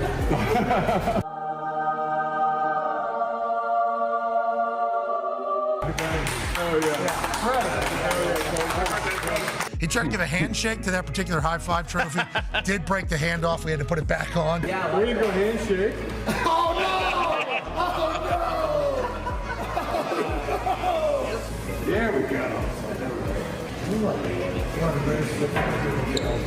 We have so much respect. You guys just roll deep. This would be entourage level, wouldn't it? To be honest, we didn't know we were going to be able to get 11 people in here, and then we pulled up and said we'd have 11. That's where it should be. Should roll 11. Yeah, always start 11. You're right. I mean, wow, it looks like a lot of highlights against one particular team. They played more than one game. Why do they have all these TVs for one game? Imposing our will. This sucks. Party in the backfield. No one. We mean no one. Outbeats the Hut, but this might be close. I love that Chargers team even more now. If you were to touch this grass, it would feel as if the history of football was kind of one with your soul, one with your body. And then you look at the views, the Gabriel mountains with the cotton candy clouds, the way the sun will rise and then the sun will set, and as the sun is setting tonight, there's going to be a football game taking place. You're talking about movie stuff. What do you think it is about your team in that locker room, and why do you think you guys have been able to show up every week? I think the buy-in on our team is unbelievable. We talk about a player-led team. I think a lot of people say that, but so rarely do you actually see it. Two Goliath Big Ten teams. What a magical matchup here in the Rose Bowl. And watching Ohio State do what they did to Tennessee, it felt good for the North. They did. It felt good for the bowl. Look at that field. God, look at those mountains. Look at those mountains. San Gabriel Mountains. There's the field. The San Gabriel. San Gabriel Mountains. I believe that means the Gabriel.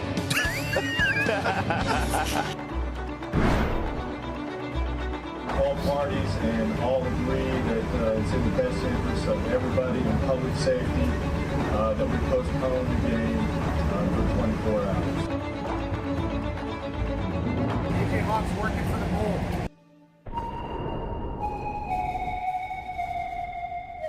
Hello, beautiful people, and welcome to beautiful Pasadena, California, the granddaddy of them all, the 111th Rose Bowl, which will be taking place on the most beautiful field in the history of football. The Oregon Ducks, who are the Big Ten champs, will take on the Ohio State Buckeyes. The college football playoff is obviously in the middle of a transition era, but we go back in time into a movie-like setting to battle in the Big Ten to see who gets to move on and who goes home. Our UFO just flew over top B-2 Star Bomber and in the national anthem. And on a day in the United States of America where a heinous act has happened, it's a nice reminder that we'll get your ass. You might take a shot, but you're never going to win. And 10 for Will Howard. Same exact play action. Drops it off to Jeremiah Smith. With space. He's a monster. Jeremiah Smith. First touch is a touchdown. Time. Shot down the middle. Puka. Ooh, touchdown. See the split safeties right here. So Will Howard knows his read, looks him off, steps up in the pocket. Great throw. Takes a shot. And what happens? Jeremiah Smith comes up with the ball. Handoff. Run to the left. Jordan James. Will Howard. Time. Oh, no. Jeremiah Smith's wide ass open. That's a touchdown. Ohio State is kicking the living shite out of the Oregon Ducks. If Jeremiah Smith is on your team, I think you can win every game. Travion Henderson. He's at the 30, the 20, the 10. Touchdown. They can run it. They can spin it. They can kick it. This Buckeyes team is playing football at a level nobody else in the country is playing right now. Now there's a low snap. Goes left, throws back to the right. Jeremiah Smith's on the field. So that's another first down. Thus far, this game has been absolutely shite.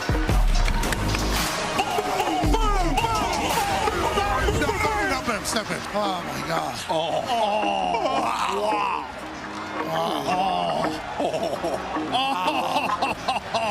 That is so beautiful. You got Matt Hardy on the left there. AJ,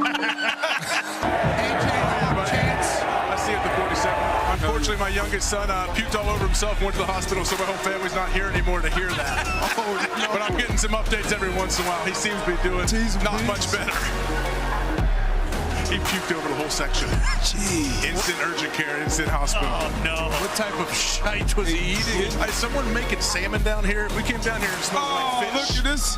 For those that have never been here, I would recommend coming and checking it out. Although this particular game was absolute shite.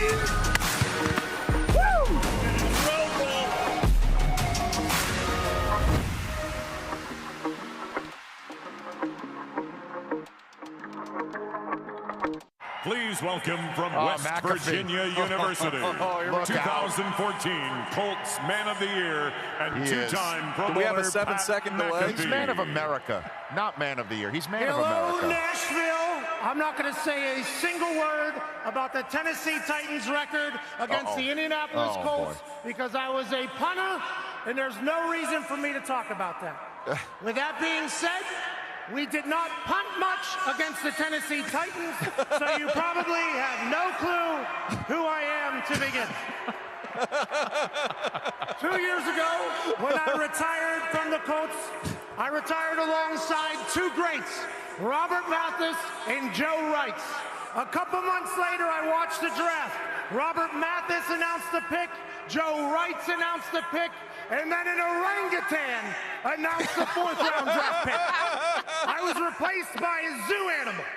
I was not upset about it. Probably the most interesting trade was the Randy Moss trade. After the draft, the first day of the draft, we've been trying to trade for Randy Moss for 2 months, all like childbirth. I mean, it took forever. After the first day of the draft, I talked to Mr. Davis. I said, are we going to make a deal or not? And he said, yeah, we'll do it. We'll do it for your fourth. And I think we were picking like 7th in the 4th round. I said, well, we got to get the guy in for a physical. We can't take his contract. We're going to have to renegotiate his contract. And Mr. Davis said, well, that's your problem. If you want to trade for him, then you get it done. I said, all right. I call up Randy. Hey, Randy, this is Coach Belichick. Boom. Hangs up the phone. What? Let me try this again. Randy, it's Coach Belichick. Who is this? Who's pranking me? Who is this? Boom. Hangs up the phone. Randy, this is Coach Belichick. We traded for you. What? Is this a joke? This better not be a joke. Who is this? No. This is, all right. Really? I said, yeah, but look, we got to get this done by tomorrow at noon. He goes, all right, what do I need to do? I said, you need to come up and take a physical, and we need to renegotiate your contract. It's by noon? Yeah. He goes, well, I'm in Houston now, but I got a plane. I'll be there. Nice. He flies, and he's there at 8 o'clock in the morning, comes in and takes the physical. You know, the old, Yeah. Make sure he's alive. Okay, you're good. Renegotiate the contract. We're done at 10 o'clock. And first thing he says to me is, where's the playbook? Oh, that's awesome. I said, right here. He said, okay, because when I walk out there with the first team with Brady, I got to know all the plays. I can't go out there and make mental errors and screw up. I got to know his offense. And he was smart, man. This guy was smart. On this post-safety coverage, what are you going to do? He goes, Coach, you ain't going to see any post-safety coverage against me. Like, he goes, you're going to see cover 2. We haven't seen cover 2 in years. numbers. He's like, you're going to see cover 2. And he was right. And then he would say, well, here's how I'd run this route. Here's how I'd run that route. And I started thinking, like, we got to start giving Randy some routes. We're running this, and they play cover 2. How we can move him into the slot. He's like, move me into the slot. I said, yes, you can get in the middle and cover 2. He's like, all right, good. 25 touchdowns. So many. Opens up the running game, too. But I'm telling you, it was Randy, come on, man. I'm trying to. Hey. Why? Let's go. This show stinks, and the fact that you listen, we are very, very thankful for. McAfee on the line with a gorgeous assist. The all-time leading tackler for the Green Bay Packers. You pig. Damn it! Be a friend, tell a friend something nice could change their life.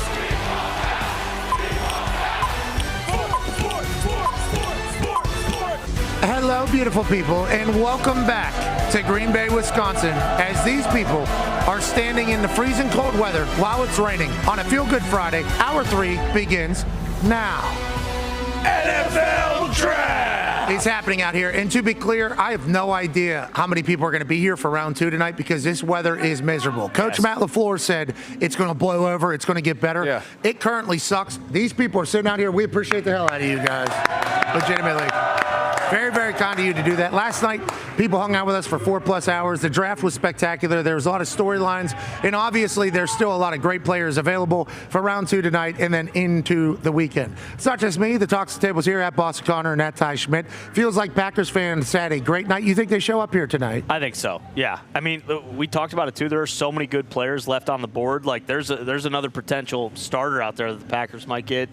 I mean, There's not a whole lot to do here, and this weather. I mean, like if you're from Green Bay, if you're a Packers fan, like this is nothing. You know, it's just like this is just another Friday. So yeah, I think people are going to show up in droves tonight.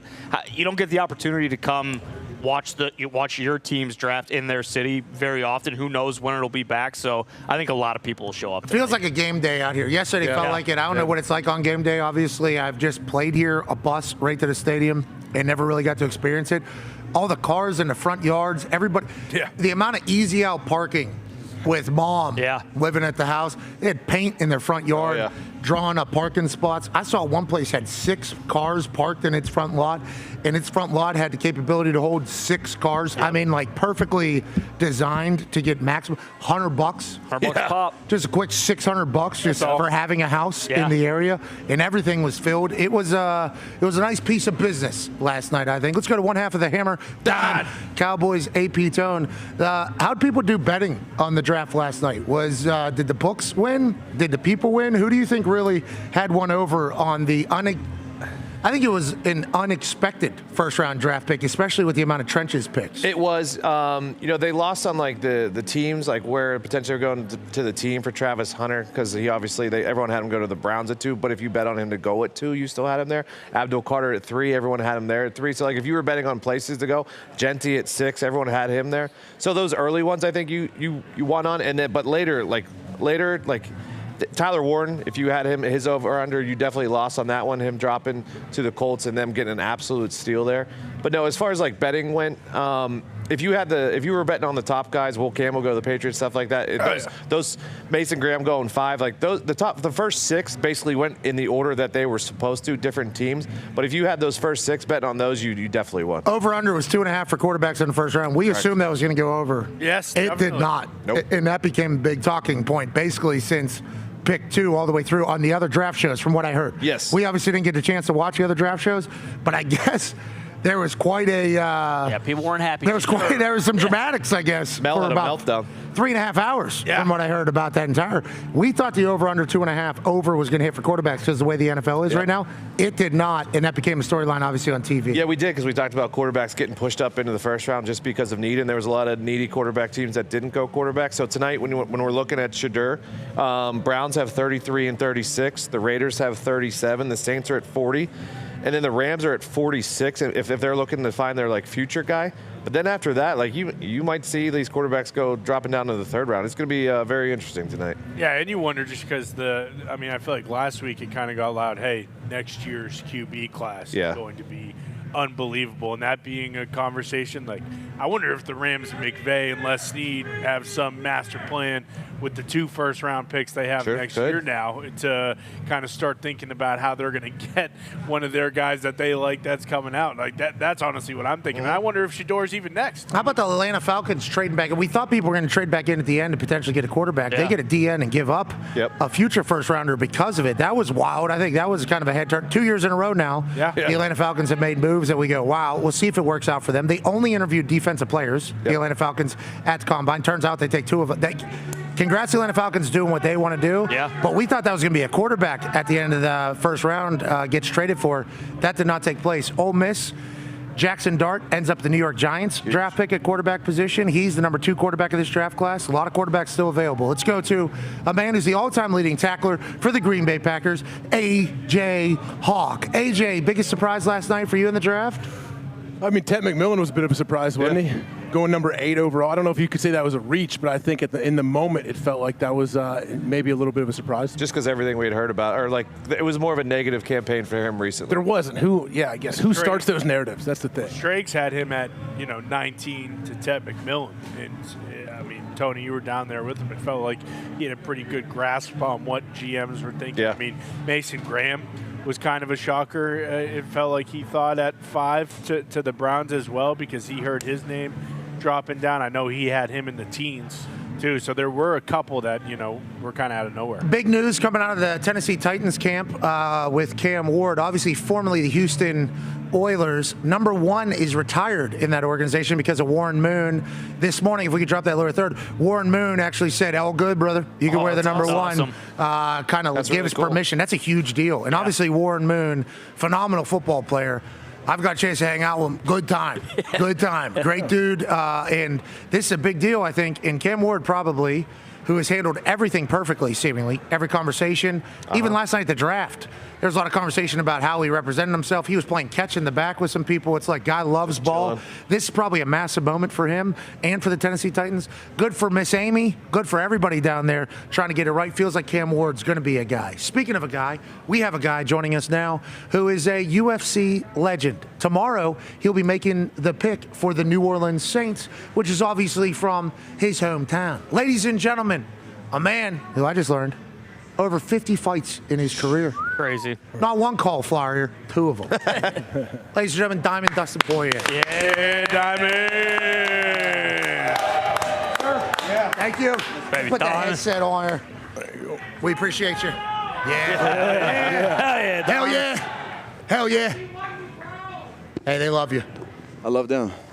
How could you not love you, to be honest with you? The way Bro, they're standing out in the freezing cold rain. This makes no sense. No. Yeah, I as a man from... With respect to you, I was walking here like maybe I shouldn't do this. It's too cold around. Hey, with respect to you, we were thinking the same damn thing. If you were to cancel, we would very much understand. We appreciate the hell out of these people. And I think if you listen to the Green Bay conversation, I guess this is like a nice day here. It sucks out there. The fact that these people are standing out here, we're very, very grateful for. The fact that you've joined us, we're pumped up about. Nice watch. You've done well for yourself. 39-1 is the official record for you.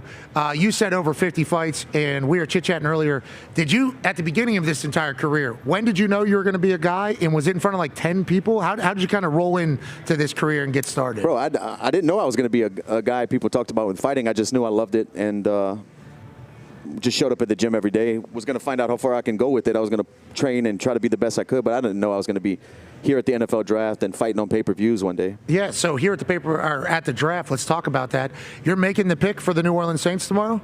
Yeah, tomorrow. Congratulations. That's a big deal. The Saints had to pick you, obviously. There's a lot of people that are probably from that area that they could potentially pick. The fact that they chose you, what does that mean? And are you a massive Saints fan, I assume? I am. And no, it's an honor. I've been a Saints fan my whole life, through the bad times and the good the good time. There you go. The good time. The good time. What are you in right now? The Saints. Transitional phase. We need a quarterback. Derek Carr can go back to Vegas. I was hopeful at first. Like I said earlier, I was hopeful at first, but I don't think it's working out. Yeah, well, his shoulder, I think, is made the decision for all of you. Tomorrow, third-round draft pick will be very important. Let's make sure we get the name right. Yeah. Okay, because I made an announcement for the Indianapolis Colts, and the way they gave me the card, the way the name was pronounced, I guess is how Bobby pronounced his name at the time. Then he changes the pronunciation of his name like a year later. So I look like the biggest asshole of all time out there. I'm saying it can go wrong for you tomorrow. Just know that. Yeah. Hopefully we get some runs of saying it a few times before they put me on stage. Nope, you will get a card. Well, I did the draft in Vegas 2 or 3 years ago when we drafted Alontae Taylor. Me and Cam Jordan drafted Alontae Taylor, dude, and he's still crushing it. Yeah, so you're good luck. Oh, there you go. You are good. Okay, we like that. That's good news for the Saints. And also, you're joining us now, and we are honored to be a part of this, especially with everything you've given and sacrificed for our entertainment over the years inside the Octagon. I think you have a massive announcement to make as well with the city of New Orleans and yourself, right? Yeah, man. Yeah, we're coming back to New Orleans. The UFC's coming back to New Orleans in July 19th. It's going to be my final fight. I'm going to lay the gloves down in Louisiana where it all started for me. The whole journey started there, and I'm just honored to have the UFC on the same page and the state of Louisiana on the same page to make all this work. I didn't know if it was going to all come together, but it did. July 19th, me and Max Holloway are going to fight 5 rounds, main event, pay-per-view for his current BMF title. Hell yeah. That's awesome. Max is a legend. I said legends only. There's not a better guy I can think to fight in my retirement fight. I was his first fight in the UFC back in 2012, and he's going to be my last fight in the UFC. So it's an honor. He's a legend, former champion, undisputed, current BMF champion. So we're going to put on another war. Well, let me tell you this. Thank you for your service to all of us. Your last fight, obviously, coming up on July 19th. Every other fight that you've been a part of, must watch. Yep. Because the way you go about doing your business, we are very appreciative and respect that so much. You and Holloway obviously have met 2 times before. Has been a war every single time. I believe, Oh, yeah. right here is where we want to do this, is a Holloway move. What are you expecting here, July 19th? And have you already started training, or when does training begin for this particular fight? You know, training for what I do is it's a lifestyle. It's not like a season. You want some cheese curds? I'm cool on that. It looks good, though. Okay. They look crispy. Yeah, so life, you're in gym. It's a way of life. Yeah, we don't have seasons. It's a year-round sport. You can get a call at any moment. People get injured all the time. You got to be always ready to take advantage of opportunities. So we talk about football players giving up, like Aaron Rodgers, for instance. He's 20-plus years into this, and he was at my last fight. Did it go well or no? Nah, the last one didn't go well. Okay. It wasn't because Aaron. Aaron will probably go down in the world. Well, him and Mercedes Lewis was sitting right there cage side. That's right. Oh, I remember I do remember that evening. Yep. Now, I wish you would have won, so it would be a good memory. Yeah, me too, man. Yeah. And Aaron will bring a different rock. Yeah, exactly. To the next one. Mojo, different aura down to the next one in New Orleans. But whenever we're talking about Aaron, and we talk about these players that play for a long time, 50-plus fights, you say it's a lifestyle.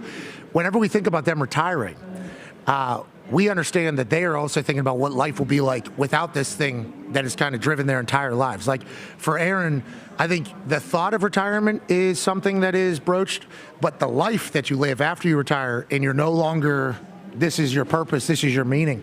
Have you thought about that? You've obviously had to face that. And do you think you'll just train forever? Like, what do you think life looks like whenever you're not a professional fighter here after? And honestly, it kind of comes in waves. Like I'll think about it, then kind of push it off. Because I still have another training camp and a huge test in front of me July 19th with Max. So I still have that. I think after it's going to really hit me. But, I have multiple businesses outside of fighting. I have stuff to keep me busy, but nothing is going to fill that void of being on a stage and traveling across the world and fighting somebody on pay-per-view in front of the world. I've done it for longer than I haven't. I've been fighting since I was 17 years old. I'm 36. So I'll just deal with it as it comes. But I think it's going to be a big thing to get over. Emotional, man. I think it's going to be very emotional. And my last question before the boys are going to have theirs. That's a tough decision. Thank you for doing it and announcing it here. Obviously, that is an honor of ours. I need some tips. Okay. I don't know if I'm going to be fighting a big Austrian man, but I'm not happy about what a big Austrian man did to me on Monday night. He popped my head like a pimple, had me in a rear naked choke. Came out of nowhere, did not expect it. I was trying to go back and do my job. Blindsided me like I was going to do to you here. Yeah. Puts me in a rear naked choke. Okay, I had my hands in there. I thought that was the right play. That's the first mistake. You want to use your hands, but you need to get that top hand. So a rear naked choke is in front of your neck, obviously behind your head. You need to get that top hand that's behind your head down. So that's why, like a lever. 2-on-1 down. Break that grip. You have to. Okay, so if he tries this again, here it is. Let me see the technique. You see me? That's easy to get out of all day. The hands on your forehead. You could have grabbed that. Come on, okay. Fuck were you on Sunday? Bro, hit me up for private lessons. Okay, all right. So he still got him. And I don't know. He still got me. I'm dead. See, that's amateur right there. No. You need need to tuck that hand, with the choking hand in front of your face. That's so easy to grab. Come you need on, to put that Pat. behind the head. Okay, so you're telling me I need to grab top hand. 2-on-1. He's still got him Boom. down. Get Pull away it from down. me. I'm hot right there. out. Okay, I'm sleeping right there. I want to let you know. I'm in a different world. My body's there. Consciousness is elsewhere. Dude, you're on it's- airplane mode. Yeah, you're right. I was on airplane mode. No Bluetooth, brother. No. I mean, it was problematic. So you're saying top hand. Top hand pull down. No problem. And then what? Am I scurrying out and I'm getting that top thing? And I'm doing one of these? You're going to pull this down and probably try to get your arm where it's under you. Then you can start working on the grip that he has around your body, the body lock. Yeah, he's big Austrian. But the good thing is after that, he's squeezing, you get out, he's probably tired. All the muscles need a lot of oxygen, a lot of blood. Then you can start getting to work. Now, That's just where you shine. Now, because I had a good elbow before. They didn't show it in that video there. He attacked my friend, Michael Cole, and I didn't like that. The big guys, third quarter, fourth quarter is when you put it on them. Well, that's my problem. I don't have a lot of cardio either. So, yeah, I'm here for a quick time, not a long time. So, I just hit him in the head. Can we go back to the beginning of that clip? Yeah, so he's choking out my friend, Michael. Michael's 60 years old. I mean, he's going to kill that guy. We need to go 2-on-1. He's a boom. Hey. Did you see that? I saw that. Diamond. That was nice. Yeah. That was nice. Thank you. Thank you. That I was was just nice. trying to break it up. I wanted peace. I wanted love out there. Flying ball. And then he chokes me out of nowhere. So you're saying I need to go 2-on-1 on that 2-on-1. top lever, and I need to wiggle out of there. Yep. I will Get let you know. underneath. I'm going to think about you. Do you see that? Do you see the little bruise there? You see that? I see that. I thought I got cauliflower here on Monday. I did. Legit. I have a little bruise on my ear right now. No, you do, yeah. I thought for sure, I was like, sweet, I'm going to have cauliflower here. I thought I was going to look like you. Turns out I don't think it's going to happen just from one thing. Nah, these are years and decades of getting smashed up. Can you showcase yours very quickly, please? One was still bleeding from the other day. Look at those things, dude. Can you hear? Like, Can you hear? How do they work? yeah, how, do your ears work? Did you ever get him drained early on? Dude, I've had them drained probably 10 times over the years. I've even had them lanced where they left a catheter in overnight for it to drain. But it's just, once it starts, I mean. Incredibly painful. When they first happened. Now it's healed. It's solid, like cartilage. It's hard. 2 badges of honor walking around on the side of your head. I see them as. I assume you view them the same way. AJ has a question for you, Diamond. Yeah, I know you and Daniel Cormier seem to have a great relationship. We see what he's doing in the media world as is like an organist playing behind us. This is beautiful. Yeah, what the hell is going Gates on? of heaven or something. Baseball game. Majestic. Are you ever, like when it comes to broadcasting and talking about fights, we know a lot of fighters are getting into that, and I think the UFC does a good job. There's obviously other organizations. Are you looking at doing any of that? Yeah, and I have been. I just worked maybe last weekend, the weekend before. I'm saying full time. 314. I would love to. I've been on maybe 6 times with ESPN. I went to Bristol, worked the desk there. They've been bringing me on as a desk analyst. I would love to continue doing that, especially being retired, man, staying connected to the sport, because live TV gives me those butterflies. You can't mess up. You have to be on point. There's no teleprompter. It's just off the rip. I like that. We mess up a lot. Just want to let you know that. There is chances to mess up on live TV. Just like in the announcement of the draft pick tomorrow. But you're Dahn, Dustin Poirier. That's right. You will get it No, done. I'm going to pronounce the name correct. I'll pronounce the name correctly. We'll see. You're from Louisiana. You guys got that shit. Yeah. The way you guys gator. speak. Yeah, gator down. You a gator eater? Oh, yeah. You eat gator your whole life? Yeah. Gator nugget? What was your favorite? Yeah, fried. I've never had it anyway but fried. Fried gator. Yeah. Governor Jeff Landry? I do. Does he ever make you any gator down there? He invited me to his, he does a big gator hunt every year. Of course he does. Did you go? No, I didn't make it to the last one, but hopefully the next one. He invited us to it as well. Yeah, we should go does down it every year. Okay, so this is We should do that. Yeah, we should definitely go gator hunting with you down there with Governor Jeff Landry. Tone Diggs has a question for you, Diamond. Yeah, Diamond, I am a quote-unquote casual, so I just have like a broad question that I've kind of noticed.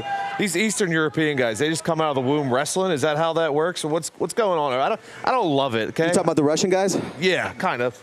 Is it Russia? I mean, from Britain, Europe, that area, the wrestling's not too prominent, but the East, yeah. But Dagestan, obviously. Yeah, those guys. The mountains out there, yeah, those guys grow up wrestling bears like Khabib, and it's a lifestyle from a very young age. Okay. Are they? Feels like that's what They're the taking UFC. over. Yeah. Why don't we do that? Yeah. Why don't we have young Americans wrestling bears so that we can fight in the UFC better? I don't know. Maybe we should. Are we in a transition era of the UFC right now? You think? I think we're in like a changing of the guard. My era. I got to see the era before me that I was growing up. I was a fan of these guys like George St. Pierre, BJ Penn, Chuck Liddell. I got to see that kind of get transitioned out to this new era, and I think we're going through a little bit of that now. I'm on my way out. Justin Gaethje's on his way out.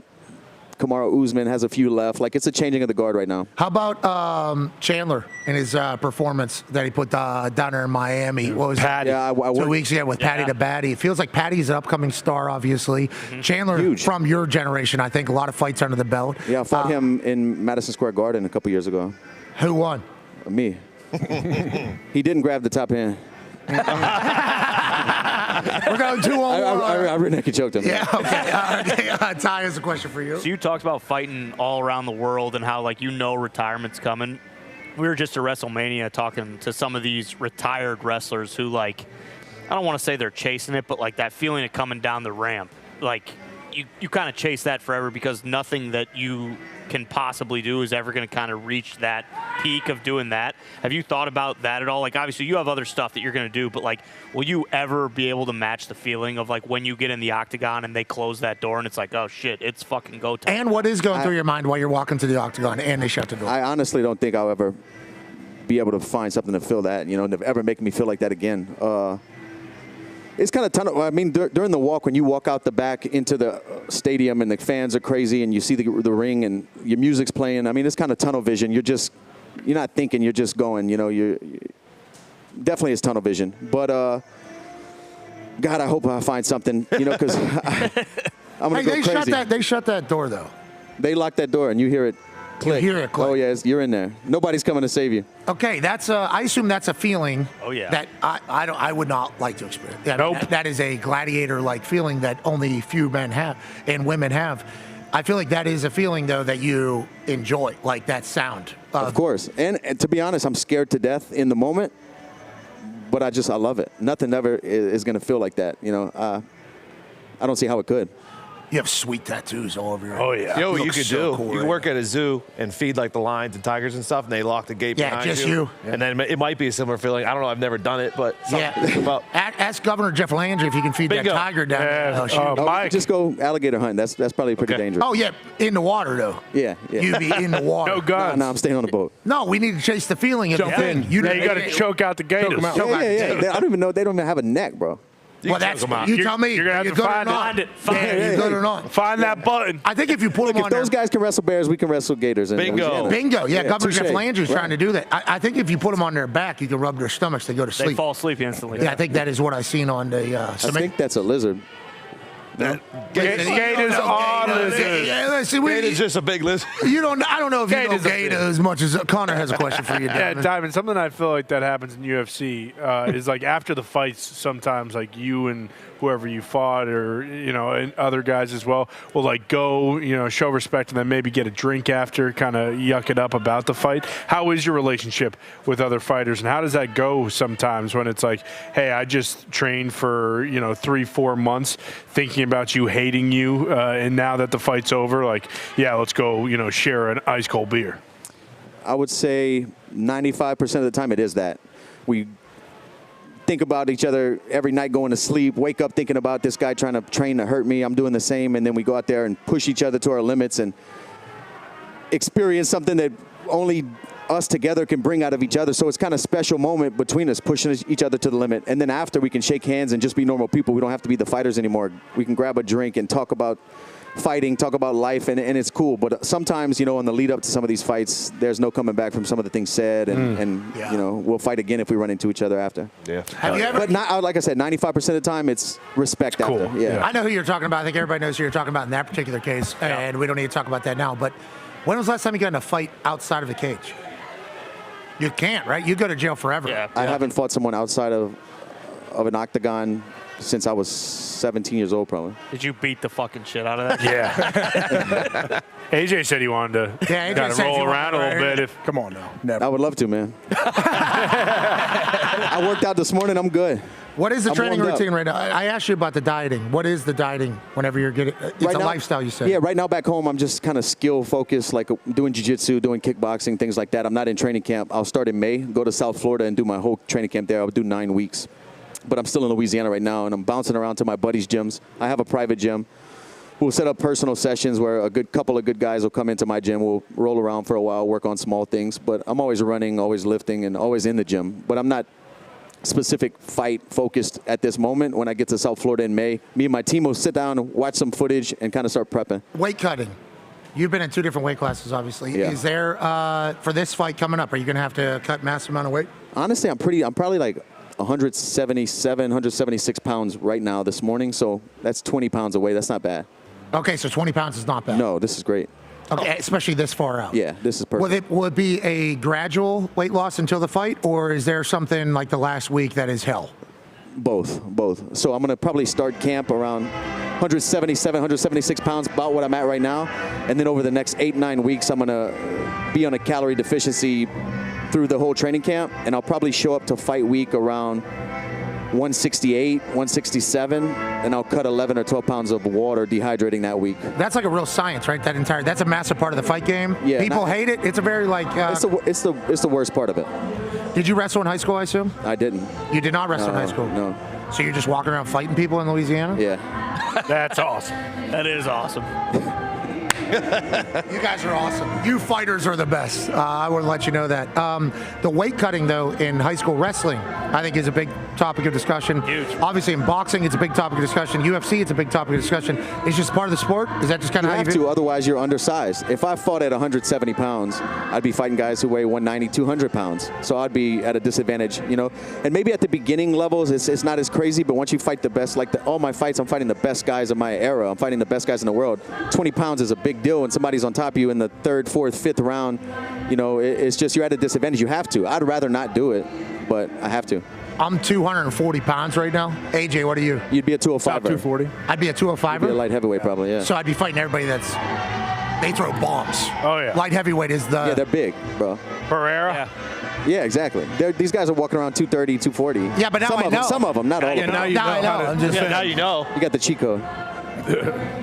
I can't wait to do that. Yeah. And I'm gonna call back to this moment. I'm gonna say, Diamond taught me this, and I'm gonna get out of that whole thing. Well, thank you for allowing us to be a part of your announcement of your retirement fight.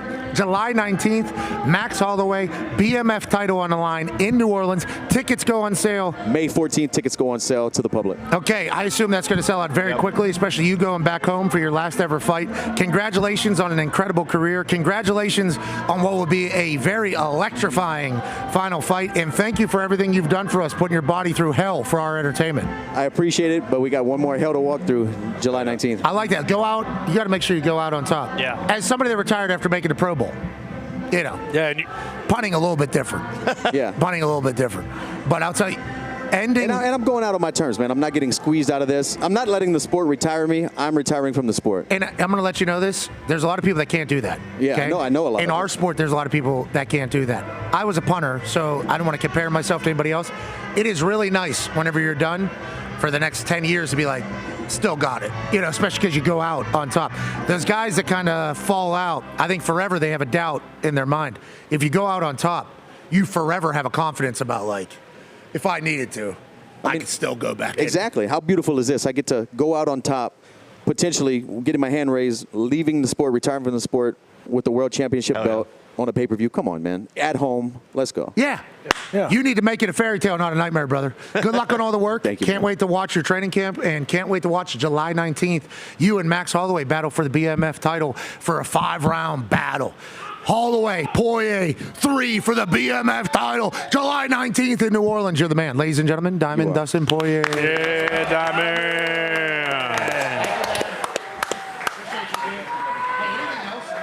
Yeah, show him.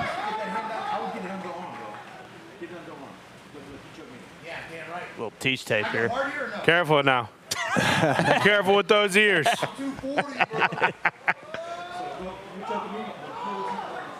Boom.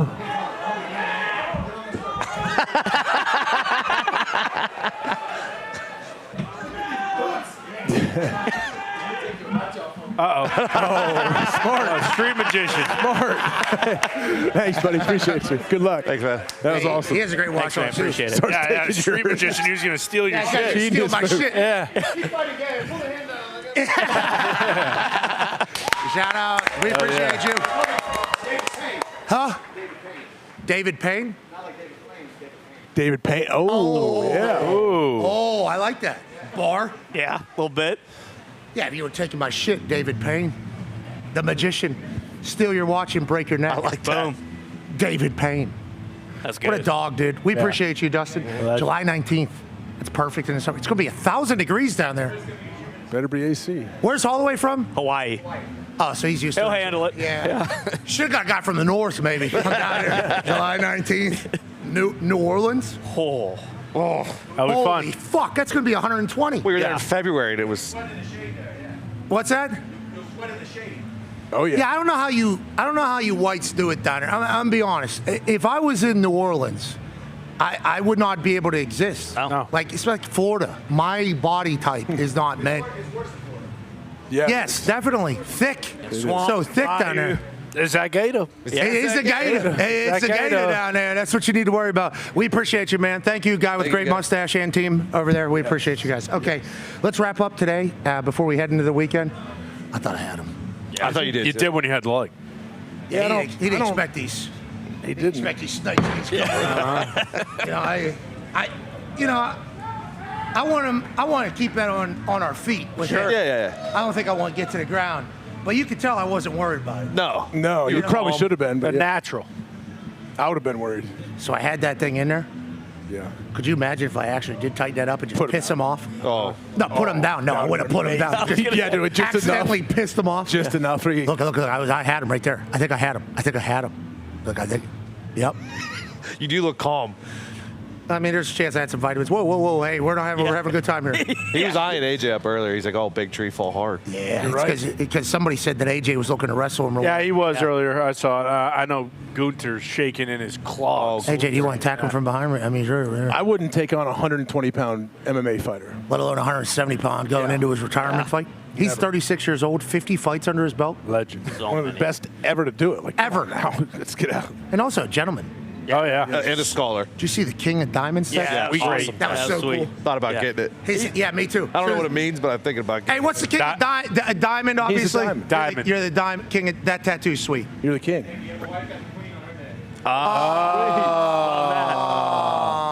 That's cute. We love romance. Yeah. We do. We love Big love show. We love love around here.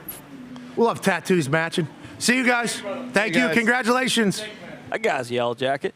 Yeah. Yellow jacket. man. Yeah. First ballot yellow UFC. jacket. First ballot yellow jacket. As soon as he lays the gloves down, he'll probably come in with a yellow jacket. over. Yeah, over Dana. BM Holloway. He was the one that said, Yeah, let's Him do and it. Gaethje. right here, right? Yeah. That's why he's the BMF. Yep. Yeah. That's going to be a great fight. That's Yes. great. It's going down. The UFC, there's a lot of conversation about the UFC in the state that they're in right now with the fighters, the style of fighting, who the fighters are, everything like that. I Where think they're going next. Yeah, Up Dana's for a new deal. Yeah, Dana is, I think, in the middle of. I don't know. He talked about the eras kind of turning over, but I think fight styles. Too, I think there's a lot of change happening over there in the UFC. I'm a casual, but I do watch. So it's like I do watch all the fights. I appreciate the spectacle that it is. I obviously we know him because of how many fights he's been in. I don't know the ins and outs of it. I mean, I think I could have tapped him out right there. Sure. You know, just from all my activity of watching this entire thing. But I appreciate the hell out of the mentality of being able to walk into a cage for our entertainment. And obviously, he's done it a lot of times. Yeah. He's one of the goats. He talks about the sound of whenever the cage shuts. Yeah, the click. That click, I assume, is like a Pavlov's dogs type thing. It's like a kill or be killed. We talk about, Oklahoma drill, bull in a ring, all that stuff in football. And AJ's mindset, literally his entire life, has been, well, it's either me dying or somebody else. That's their actual. It's real. That's real their actual feeling in this entire thing. You used to be an MMA guy, weren't you? I actually I co-hosted an MMA show. He did. Kicking, On Sirius XM. Oh, yeah, there you go. Yeah. That too. Yeah, your kick's actually a little better than mine. A lot better than I mine. hope so, yeah. Isn't that what you did, though? You did a whole fucking... Oh, yeah, it was just a workout type thing. We weren't technical at all by any means. Hopefully they don't have it in the back to pull it up. Yeah, we anymore, did find that video of AJ doing some mixed martial arts. You did host an MMA show on I Sirius. did for like 2 years. Yeah, man, I loved it. They're fucking cheering you all over. It's called the AJ Hawk workout play. Yeah. Queen. Yeah. It's like I'm like a rocket. Bam. Oh, Here it is. Look at this. Oh, that's a punching one. We need to get to the kicking one. It was the best. Mike Durant knows his shit. That's his strongest guy. Oh, 1-2 and a boot. Oh, tackle. little tackle. Get to the kicks. Oh my God, swim. Yeah, there it is.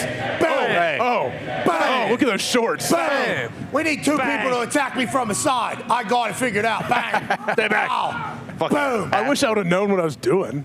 You look good. You Should did have know had what someone you're teach doing. me. We were just working out trying to get tired. Mike Durant taught you. Yeah, Mike Durant. Tell you, the 1-2 into Freaking the nature, dip that guy. tackle, that was a little good tackle. Yeah, maybe you need to do that on the field, not flip people off like a jag off. Yeah. I tell you what, seeing Big Mike's face when I came in there, Like he was so. Whoa! We didn't see you get on the same page here. You're a sore stray. What are we doing? What are you doing? Anything else we haven't talked about that we should talk about? Jimmy Butler being hurt for the Golden State Warriors feels like a big deal. Yeah, massive deal. And the Rockets just kind of beat the bag out of him once Jimmy got hurt too. So that series is whole different team. He's like actually injured, right? Yeah, he's actually injured. I believe it's a here's the play. Chase. Yeah, it pretty vicious, and I believe it's a pelvis contusion. Pelvis, there it is. That's a pelvis bruise. So you would hope that maybe that would be any bruise you have on a bone is obviously incredibly painful. Yeah. I think I heard Chuck talking about it. I heard him giving a quote about Toradol and everything like that. I don't know how severe this bruise is, but you would hope there'd be some sort of because without him, they're a completely different team. I mean, that's why the trade was such a big deal, is because he's such a dog. Him, Draymond. I mean, that's a far fall there. Yeah, that's wood. That is. I don't know how that doesn't happen more often. In basketball, to be honest. Obviously, saw with Jaw with his hip, and then we see Jimmy Butler get low bridged here, and then that's like a real. Oh yeah. That changes the course of the entire playoffs, right? For sure, especially with I think they were 18-4 with Jimmy and what they did game one, where people were like, what's going to happen here with Jimmy and Steph both won the ball. They both did unbelievable. Jimmy Butler had like 21 points in their first initial play-in game, but that'll definitely alter the Western Conference. But they've been a little different with the days off so far in the NBA playoffs. It hasn't been as consistently every other day as it was in the past, I feel. Okay, let's wrap up some NFL draft news. There was a very powerful yet sad story happening around the Pittsburgh Steelers draft pick. Harmon, D tackle, gets drafted to Pittsburgh Steelers. He then drove to the hospital. His mom was on life support, I believe, to go tell her that he got drafted and everything like that. I guess they are reporting potentially, passed away. Yeah. Like that's crazy. Obviously a powerful moment. Jerry Dulac, who's been reporting on the Pittsburgh Steelers for a very long time in Pittsburgh, says that Derek Harmon's mom, who was on life support, passed away shortly after he went to the hospital and got to tell her he had been drafted by the Steelers. That's incredibly emotional. I couldn't imagine what that's been like for the family and everything like that. And, that's a weight that Derek is going to carry, I assume, for the rest of his life. And just know that in Pittsburgh, brother, you're going to have a family of people around you. And that story is tough. That's a very tough thing to learn about, especially last night. Super tough. Yeah, he was originally played at Michigan State, stayed close to home because of his mom's health. Entered the transfer portal originally, decided to stay at home again because of his mom. And the story goes, she was like, go to Oregon, do your thing or whatever. Obviously gets drafted. And there, it's crazy. There's tons of stories of people holding on just as long, like she was probably holding on until draft night. He tells her, hopefully she passed peacefully, however that goes. But no, that's a tough, bittersweet situation, is what he said. But yeah, that's tough for the kids. Derek, no, the city of Pittsburgh's going to rally around you, brother, and they're pumped to have you. Now, I know Shedeur was potentially projected to the Pittsburgh Steelers at 21. They spend that pick on a D lineman. Feels like that was the story of the first round. What will the story of the second round be? Will it be more of the skill positions? Will it remain in the trenches? What will tonight be like? Tone, what are the projections? So obviously off the top, Shedeur is the favorite to go to the Browns. By who, though? Exactly, the books. However, you're right, 100% right there. But the Browns have two picks early in the draft. Real. Oh, yeah. We need to have a real conversation about this. Yeah. Well, it's all speculation. So, you know what? A lot of the reaction this morning was from people with level heads was, and Striggs was saying a lot last night, he should have never been mocked that high because none of the teams actually said he was going to go that high. So it was a lot of, they're saying unfair to Shedeur. Unfair to Shedeur, a lot of media driven, and then a lot of fans are reacting today like he should have gone there when none of the NFL teams said he would have. So here we are, maybe going in the top of the second round, maybe where he should have been. But no, DJ said could be a run on a lot of wide receivers early in this draft, or early in the second round. Luther Burden's out there, who's going to be a great draft pick coming out of last year. The Iowa State wide receivers, there's a ton of wide receivers. There's a ton of Ohio State talent, both running backs, both DNs. There's a lot of guys left out there. Quarterbacks, all the Milrow, Shedeur might not even be the next one. Will Howard. Could be Milrow. Yeah. Tyler Shuck's still out there. There's a lot of talent out there. A lot of teams are still going to get better in the second and third round tonight. Yeah, we should have known when, this past week where it was kind of talked about where the Browns and Giants were open for business at 2 and 3. Like if that was the case, then they're probably the ones early on, Giants and Browns, that are pushing the Shedeur Sanders kind of narrative, if you will, just because it was, hey, this guy's going top 10. Or maybe just insiders and media people are like, Sure. this is Deion Sanders' kid. Yeah. Yeah. And that has to carry some sort of weight. And then just like kind of one thing leads into another. And then all of a sudden, Mel Kiper had he was the number one player on the board. Yeah. Mel Kiper, I guess, spent 15 minutes before the draft even started yesterday talking about Shedeur. And then I guess he had an aneurysm last night on TV about Shedeur. We didn't get a chance to see it. Right. I'm just seeing everybody's tweets to us. Twitter, yeah. Because we're getting a lot of tweets saying, like, thank you for not just focusing on Shedeur Sanders not getting drafted, because I guess that was happening in other places. We celebrated literally every person that got drafted because it was a huge night for everybody. And congrats to everybody that got drafted. But there's a lot of people on TV that just assumed that this was going to go this way. And once again, we don't think that was very fair for Shedeur. Like, prime Shedeur, everybody in Colorado saying, like, this guy is the guy. This guy's the guy. Right move. I think teams are supposed to do that. Media people that are insiders that have connections should not have been fanning that flame if that was never the case, which I think we are learning from all of our sources. Like, hey, this was never really a discussion that we were having. It was just discussion that was happening on TV. It's like, how can that be whenever these journalists are so in all these conversations? And will there ever be a... Never mind. I'm not even. No. I'm not even gonna ask about it. But legit, I think it's unfair to Shedeur. Yeah, I mean, you look at every single, and again, it's not the end all be all, but it's what we have, and it's kind of what we go by. Every single mock that came out, not Schrags. Not Schrags, but he still had him going to the Steelers at 21 because he didn't know. Yeah, he didn't know. He said, "I'll just throw him here." But regardless, we didn't see anything that said, "Hey, Shedeur's not going to go in the first round." Literally everything was like, well, he might slide down to the Saints at 9 or, the Steelers at 21.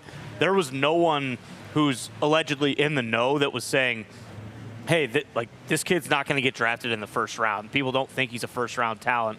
Luckily, he didn't come here, because then, if it would just magnified everything. If he would have been in the green room and then he's sitting in there all night last night, they're showing him nonstop, and he keeps sliding down the board. So at the very least, he could do it at home around his family and kind of be on his own terms. I mean, they still did when the Giants traded back up and when the Steelers they were paying to both of them. Yeah, going to him. But you're right. I mean, you start reading everything, like he starts reading everything, there was probably no way in his mind that he was slipping out of the first round. I appreciated his messaging afterwards, and we'll just use this, and tomorrow's a new day and move forward. And there's been a lot of draft picks that have dropped, in the draft, and it's gone on to be a great story. I'll be excited to see where he ends up. I'll also be excited to see where Will Howard ends up. Yeah. Amen.